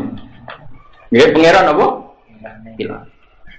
Ketika Anda cari pembimbing, murid itu dibimbing guru sing apik ben dadi apik bener, tapi ketika Anda berkeyakinan, nak orang ngono mesti ra bener keliru, goblok ngilani pangeran. Ayo Nabi Musa sing rumah sapa Firaun dadi nabi. Musa Samiri di rumah Jibril jadi murtad. Jibril kurang pinter, rumah Samiri keliru. Fir'aun kurang nakal, rumah Musa jadi apa? Ayo, wong Islam tak dunia lho ora tau rumah lahir Kanjeng Nabi. Sing rumah lahir Kanjeng Nabi Abu Lahab. Kabeh ditarik sepakat sing rumah lahir Nabi sinten? Abu Lahab. Tapi Kanjeng Nabi dadi nabi, Abu Lahab tetep kafir. Bukan pangeran ra iso diatur, wis ngono pangeran. Jadi wong oleh percaya sebab, tapi nak ngimani sebab berlebihan ngilangno fungsine. Iku wong iku nak bener. Iku kudu dikonfirmasi ambek kebenaran sejati rupane tauhid la ilaha illallah. Niki penting kula aturaken. Mergo wong iku masuk. Kula nganti sakniki dadani cara pandang orang itu sampai butuh-butuh kita. Mergi ngoten iki. Di wong terlalu yakin Allah ora butuh ibadah bener. Allah ramadharat wae maksiat bener, tapi sekarang banyak kelompok sing ora salat, tenang wae maksiat, alasannya Allah tidak butuh kita. Jadi sesat kan. Padha karo kowe di bojo neriman terus gak semangat nafakoi. Mana kula seneng nek wong wedok duran neriman ku seneng. Itu menjadi pancen donga kula ngoten itu bagus. Karena setiap neriman pasti disalahpahami sing lanang terus tenang-tenang. Ono wedok ora cemburu, nan mesti repot. Sing lanang malah bedudak kan. Sing bener kok sing nopo cemburu. SMS cemburu, kene bojone cemburu. Kulo sering diceritani. SMS konti. Opo kanca dagang. Tadi wong wedok, lha pas dagang ora oleh wedok jare. Payah. Jadi itu manusia, ini penting kalau aturakan. Ternyata ketika Rasulullah terkenal lomo, itu cara pandang sebagian sahabat, nak lomo ngekei kudu akeh. Innalillahi wa inna ilaihi raji'un. Artinya, Nabi Dewi Rasuke kon ngekei nopo? Mengane ono kiai darani apian kok seneng goblok-goblok iki ya. Karena tetap mengecewakan. Misalnya kowe dilem apian jebule santri dijodokno ora gelem kok ya kecewa. Orang milih partainya ben apa? Kecewa. Gak milih presiden pilihane kecewa. Nah ini cobalah sekarang, kita fair saja. Pilihan presiden itu penting dalam aturan negara, tatanan negara. Memang kalau presidennya baik, kita berharap baik. Tapi kamu jangan melupakan kata berharap. Tetap kata kuncinya yang Allah Subhanahu wa Ta'ala. Jangan pernah mempertaruhkan tauhid hanya untuk tren-tren musiman. Karena pengiran gue percontohan kadang ekstrim. Nabi Musa itu di rumah Sinten mulai Cina jadi nabi. Bojone Nabi Nuh, Nabi Lut di rumah Nabi jadi kafiro. Paham ya? Bojone Fir'aun di rumah Fir'aun jadi mukminah. Ayo kita lagi apa ngandalo suami soleh, kurang soleh Nabi Nuh, bojone kafir. Ayo saya lagi mana kita mau kiai. Mana kalau mau tenang nanti didik bojo kula tak omong. Gus enak jadi bojone wong alim ya enak, mesti enak yo dibarno, tapi ya dibarno. Mergo aku ora tau ngimani nek aku dadi anak kowe saleh. Sing tak imani pangeran, iso nyalahno kowe ya pangeran. Ki ora diurusan be aku. Wis durung rapi be aku untuk hidayat. Beda kowe durung rapi aku ya wis salat madheng mulan ya menika. Ketae ke salat wis dhisik-dhisik ora krana aku.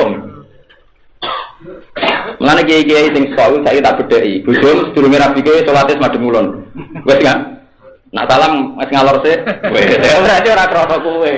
Iki penting untuk meruntuhkan ujub Anda, untuk meruntuhkan apa? Ujub Anda. Saiki saya paling gampang bojone Fir'aun mukminah ta ora? Mukminah binasil Quran, gak mungkin salah. Karena sing ngendikan mukminah itu Quran. Bojone Nabi Lut kafir ta ora? Kafir. Padahal lo tuh nabi binasil Quran, bojone kafir yo. Binasil. Ayo jadi mulai ngaji iki mulai introspeksi dhewe-dhewe. Bojom cek menawa cek kafir ta ora mukmin. Karena kita gak menjawab. Artinya kalau Anda mau berteori saja. Anak bojone soleh, biasanya sing itu soleh. Silakan Anda berteori saja, tapi jangan mempakemkan karena itu meruntuhkan tauhid. Nggih, meruntuhkan apa? Lan eling-eling itu. Di kula mboten ada kepentingan apa-apa kecuali ngene wong faklam annahu la ilaha illallah. Ben wong roh tenan na alaiha nahya wa alaiha namut wa biha nufat. Wonten sing riwayat wa alaiha nufat. Nah teng tahlilan mriki wa biha wa alaiha. Wa alaiha. Kula niki minoritas. Kalau nak tahlilan, kalau masih kiai modern, modern kan mimpin tahlil. Enggak ada nih keberatan apa? Nasib Pak Apep. Kalau mimpin tahlil kita sering mimpin sholat jenazah. Tapi paling sering mimpin sholat jenazah. Masyhur, di kawasan Kulon, agar Kulon dalam dari ingin mimpin sholat. Jadi terkenal dengan mandir kapal Quran, terkenal cepat hasilnya berkor cepat nih keluarga. Nah, kan lagi gerbar sholat itu tahlilan suwi. Nah, kalau buatan. Sing dongakno nak tepak Gusti Allah boten tepak boten ngertos kula terus salah bar salat nggih mumpun Gusti nika kawulane jenengan ketoke jenengan rasa nyiksa nggih tetep lawan jenengan pangeran dadi enggak mendesak untuk nyiksa tiyang niki pun kula niku niru Imam Syafi'i itu diantaranya diridani pangeran itu tahu nyolati jenazah nggih jenazah mati terus beliau ngendikan ning majite ya Allah jenengan tetep pangeran tanpa nyiksa niki nek boten mendesak boten usah nyiksa terus mirip Imam Syafi'i gara-gara saking percayaan mbek pangeran. Artinya untuk menjadi Tuhan itu tidak kudu nyiksa niki. Artinya kan tidak mendesak. Tidak penting kan. Dalam ketuhanan engkau ini tidak penting itu nyiksa ini tidak penting. Kalau tidak penting ya jangan lakukan terus mulai. Lah iku wong ngipi Imam Syafi'i diridani mergo iku. Nah kowe wani monggo tapi jadi saya ngertikan makanya masyhur di beliau itu mensarikan dari hadis-hadis mesti kan wa annaka ghaniyun an adabi, engkau tidak butuh menyiksa ini. Jadi kalau tidak butuh ngapain kau lakukan Gusti gitu. Tanya kan ini tidak jadi kebutuhan kau sebagai Tuhan ya. Kalau nggak mendesak ya tidak usah lah ngapain karena nggak mendesak. Dan donga itu pula yang dipakai bareng. Bukan sampai niru lah, tapi secara ilmiah mohon gini. Nah, meraktekno dia mau ngakek. Nah kalau wani. Enak kalau kan yang kampung kalau terkenal Gus aneh-aneh wong maklumi jadi rondo enak kalau rondo dimaklumi. Ora Gus kiai dadakan anak. Kiai nakap panyaran kudu hati-hati. Ora nakap suwi tenang. Kalau biasa nyelati jenazah bar mulai biasa. Duit sholawatan dong dibagi kalau semula. Gus duit dong dibagi kalau semula bar. Nah, dong aku nak suwi ramanti yo. Barat. Gitu ceritanya. Nabi Musa terkenal Nabi Kalimullah. Allah semanten pernah 2 kali dipertemukan 2 hamba yang dianggap punya visi khusus di atas Musa. Sing binasil Quran itu jelas Khidir, sing binasil Quran itu Khidir. Yang bikis sotil ulama niku bar, namanya sinten. Suatu saat Palestina itu nama Israel, pokoknya bangsa Syam, niku kekeringan. Ya standar Nabi Musa sebagai Nabi beliau menganalisis itu karena orang-orang bangsa Israel banyak maksiat. Itu standar penganalisisnya para nabi, para ulama. Buat Nabi Musa istisqa gak mandi, pengpido gak mandi. Akhirnya takut, mungkin mentang-mentang kali Gusti mun kok istisqa iki kok boten mandi. Mbok ke istisqa ping 40 ora tak sembahyang. Lah carane seputi Gusti. Saya takut kalau laku jenenge Barah. Barah itu terkenal wali, wong iku gak tau donga. Ya, aku itu orang tahu dong belas ini tempat. Kalau kita sering tak begini, terus kenapa orang tahu dong? Gue jangan tahu goblok, karena ramah kome pak. Tapi kan tentang gue goblok meneng karena. Cara hari ditibali Nabi. Lalu pas dulu apa dicotot ibu Nabi? Sange ngelak cangkemnya itu. Dan dulu nanya tu. Bareng negara ditekak non, buatan dangak, buatan ngangkat tangan, buatan sepuluh.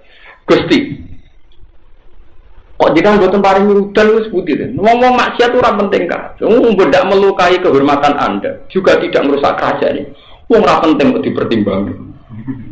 Kalau sini jenengan ngetokno udan ora dadi bangku, barang ora penting kok dhewe. Ngomong terus. Ora donga, kula hafal kata, sampeyan ora percaya delok teng Ihya. Bab nyaman be pangeran, kita boleh istighfar billah. Langsung udah. Ya mau ngono tok, ngomong ngono terus sudah. Pas ngomong ane wis dijotosi Nabi Musa, cangkemmu ngelem pangeran kok ngono. Terus Allah dawuh ya Musa, innahu yudkhikuni fil yaumi salata marrah. Bareng aku nak ngomong, aku iso guyu ping 3. Saiki ya tak tahu. Dono kok ngono tok, Gusti. Maksiate tiang-tiang itu tidak mengganggu kehormatan engkau. Yo ora ganggu kepengeranane engkau. Lha opo jenengan peti wong ora penting kabeh kok pertimbangno. Jenengan ngekek udan yo ora ngurangi sugih jenengan bareng ora penting kok mbok eman. Udah, piye gitu kan. Kena wong ngoten iki. Iku sing cerita Ihya, orang Imam Ghazali, sing cerita ulama-ulama. Jadi orang kalau sudah usul mah hubungannya dengan Tuhan itu memang dia baik-baik saja. Mulanya Abu Hanifah darani itu sholat istisqa itu bid'ah. Ayo aja. Baru Abu Hanifah sholat istisqa itu bid'ah. Alasan takok, ilakan apa? Lah ora udan karena maksiat malah mbok piye? Lho ben ra udan. Repot. Ben dihukum Allah wong apa? Maksiat. Nah, kula setuju bareng niku. Dasar kula aja salat sesuk ora tau gelem dadi kula menisan. Melok mazhab sing ora usah salat napa. Marana ten kula salat. Selain suwi terus apa midah serban waktu bocor. Riyen teng sarang nate wonten mas saya sepuh. Salat istisqa ngimami lali mboten beto serban. Mungkin nek Lukman ngertos waktu. Kula melok salat. Barang keturunan ngeten nek lali gawe serban lucu kan enak. Cara nang takrib Pak. Wa yuhabilu napa? Rida. Sing dadi sing mangki fil etar di eman ngarep dadi gawe. Sepunten iki kula boten beto serban. Iki kedhu kula awon kula wali. Bingung gak malaikat nek kedhu diwale kan gak ono sanate. Sing ono sanate kan serban napa? Diwale. Berhubung kula boten beto serban nggih. Ya kadung mawon sing kula napa wale, kedune diwale kan. Lah bariku ora udan, kula ditangklet iki semua. Kenapa ora udan? Kedhu nak diwale ngeten niku ijek padha. Ora udan.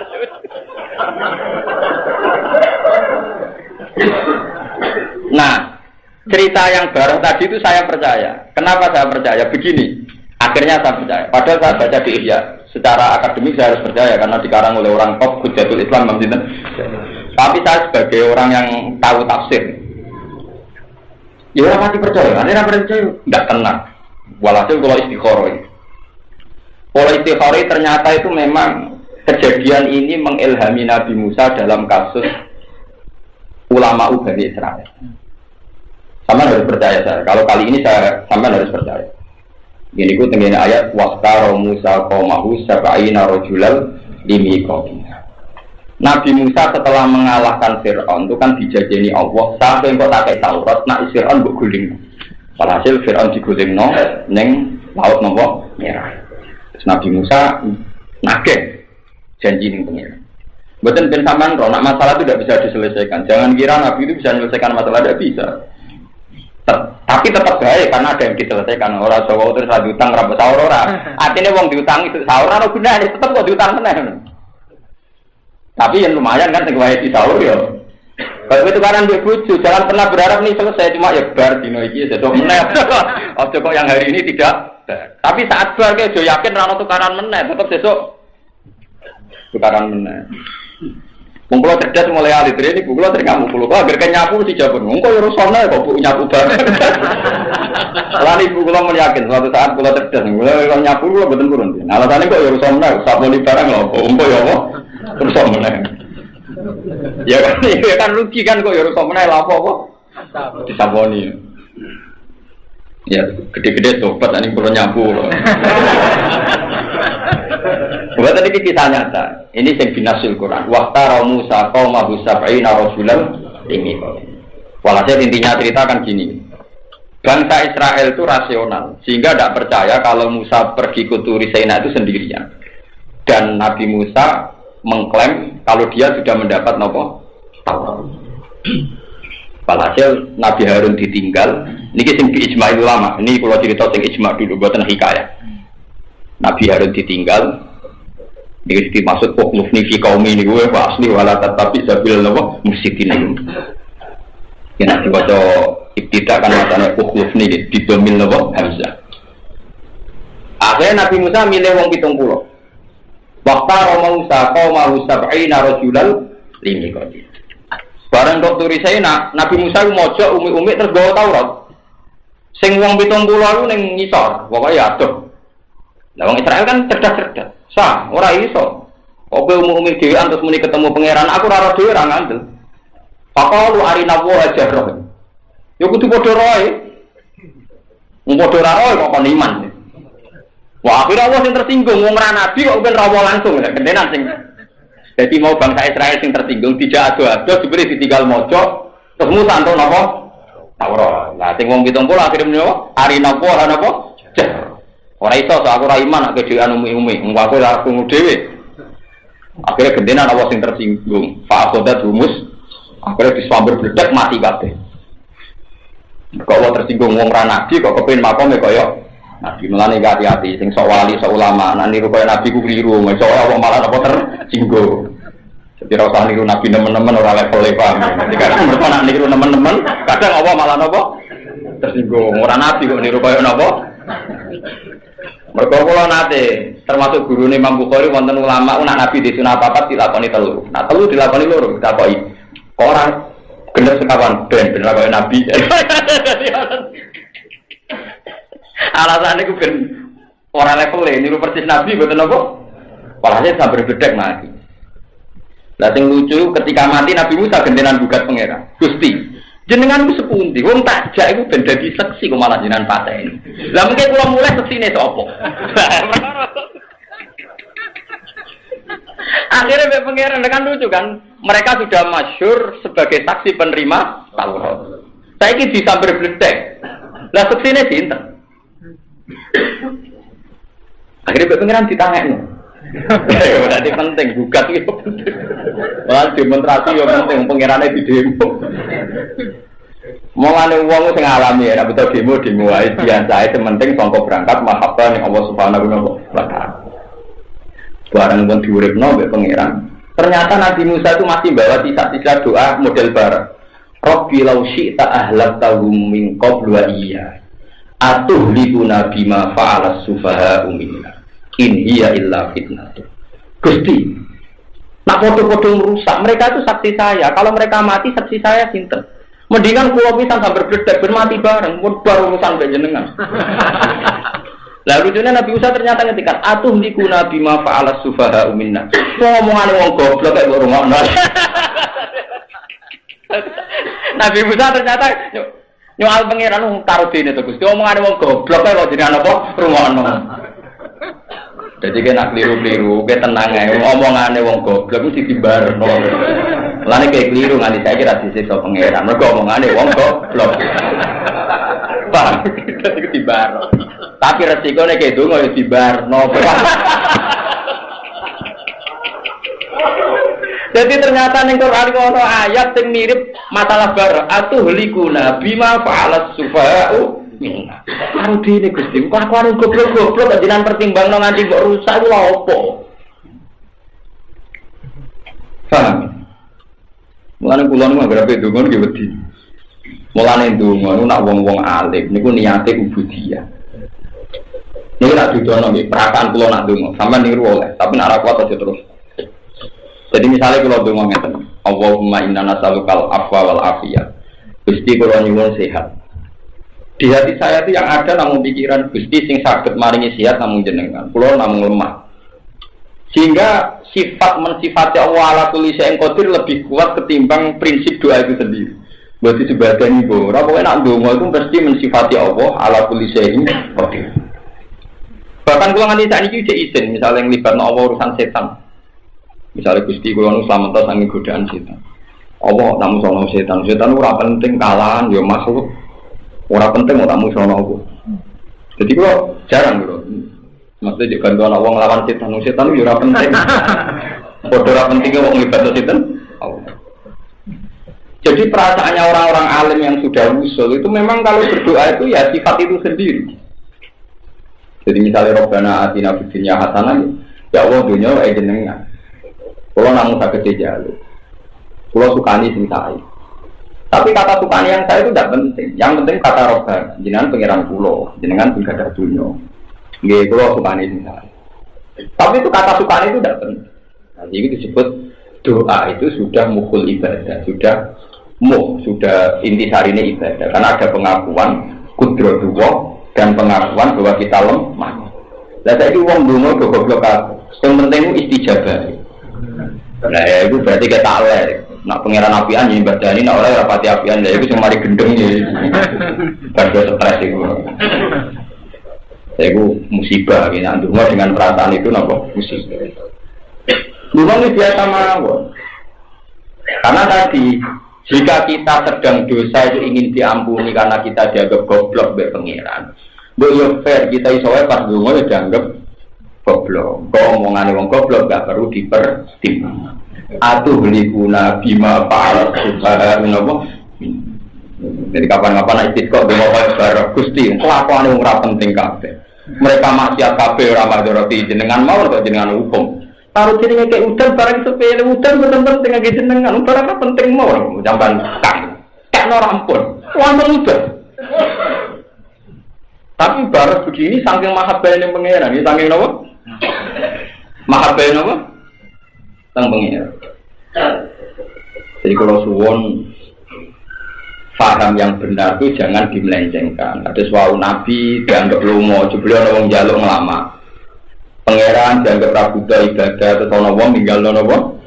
Salat. Jadi saiki ku tambah sadar nek wa kana al-insan napa goluman.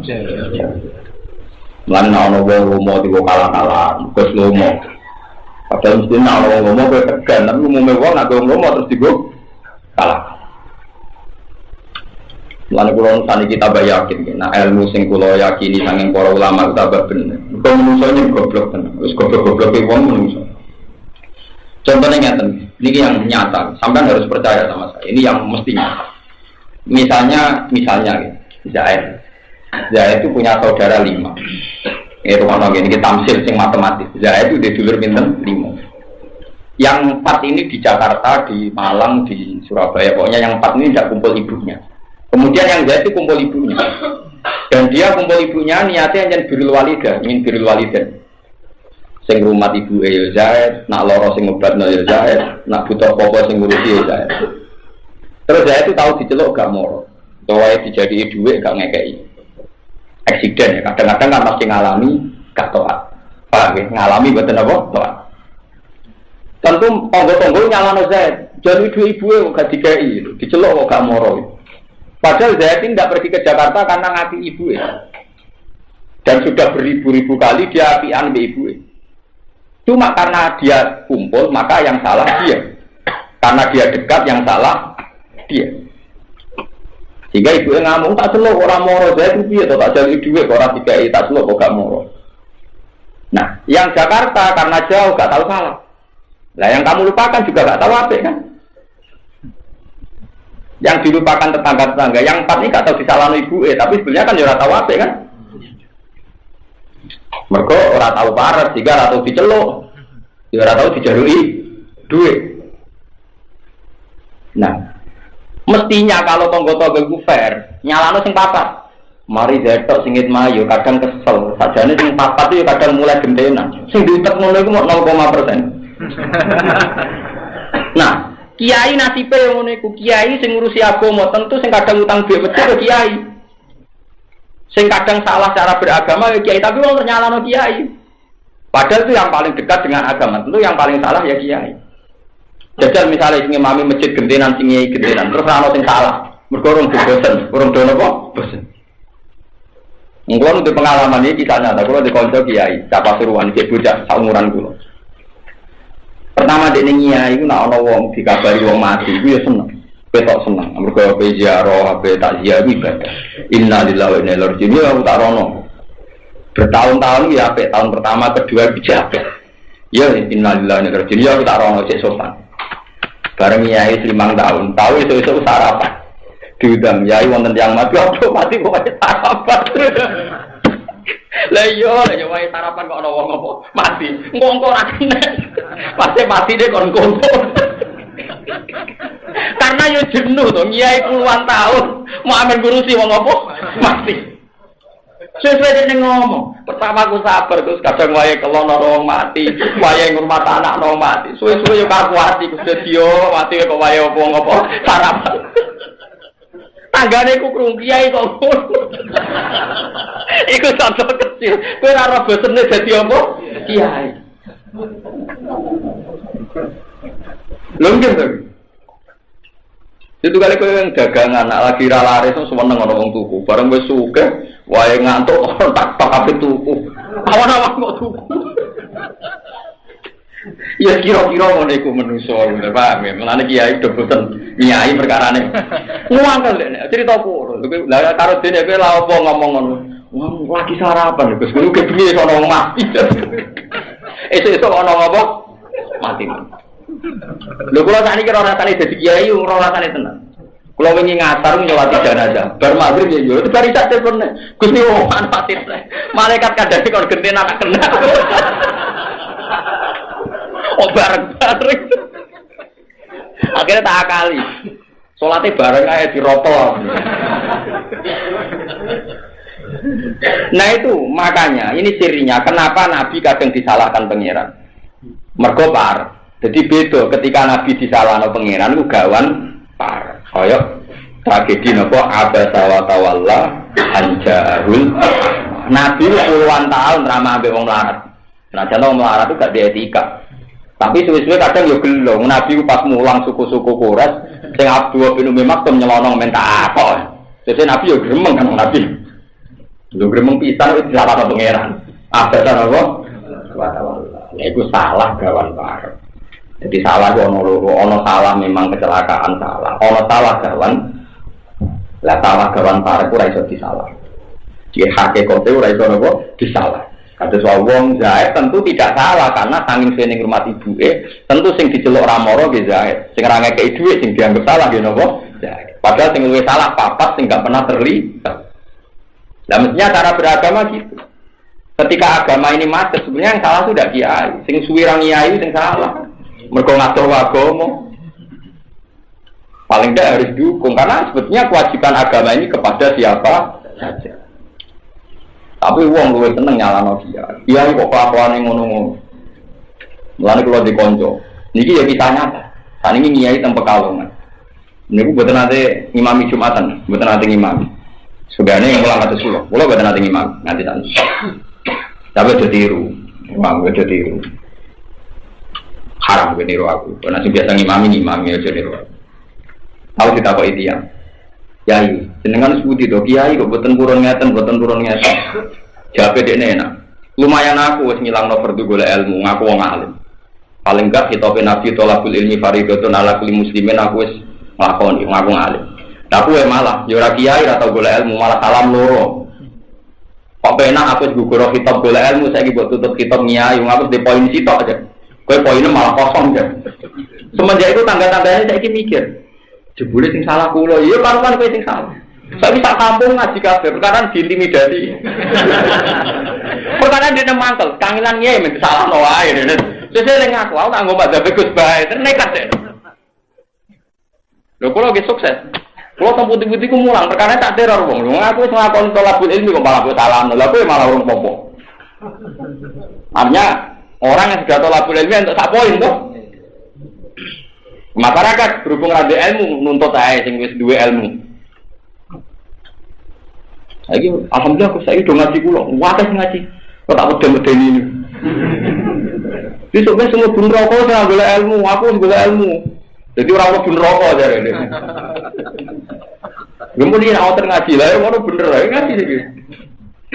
Lah itu masyarakat, zaluman jauh lah. Jadi masyarakat itu keliru nih. Sing wis kangelan mesti sing disalah.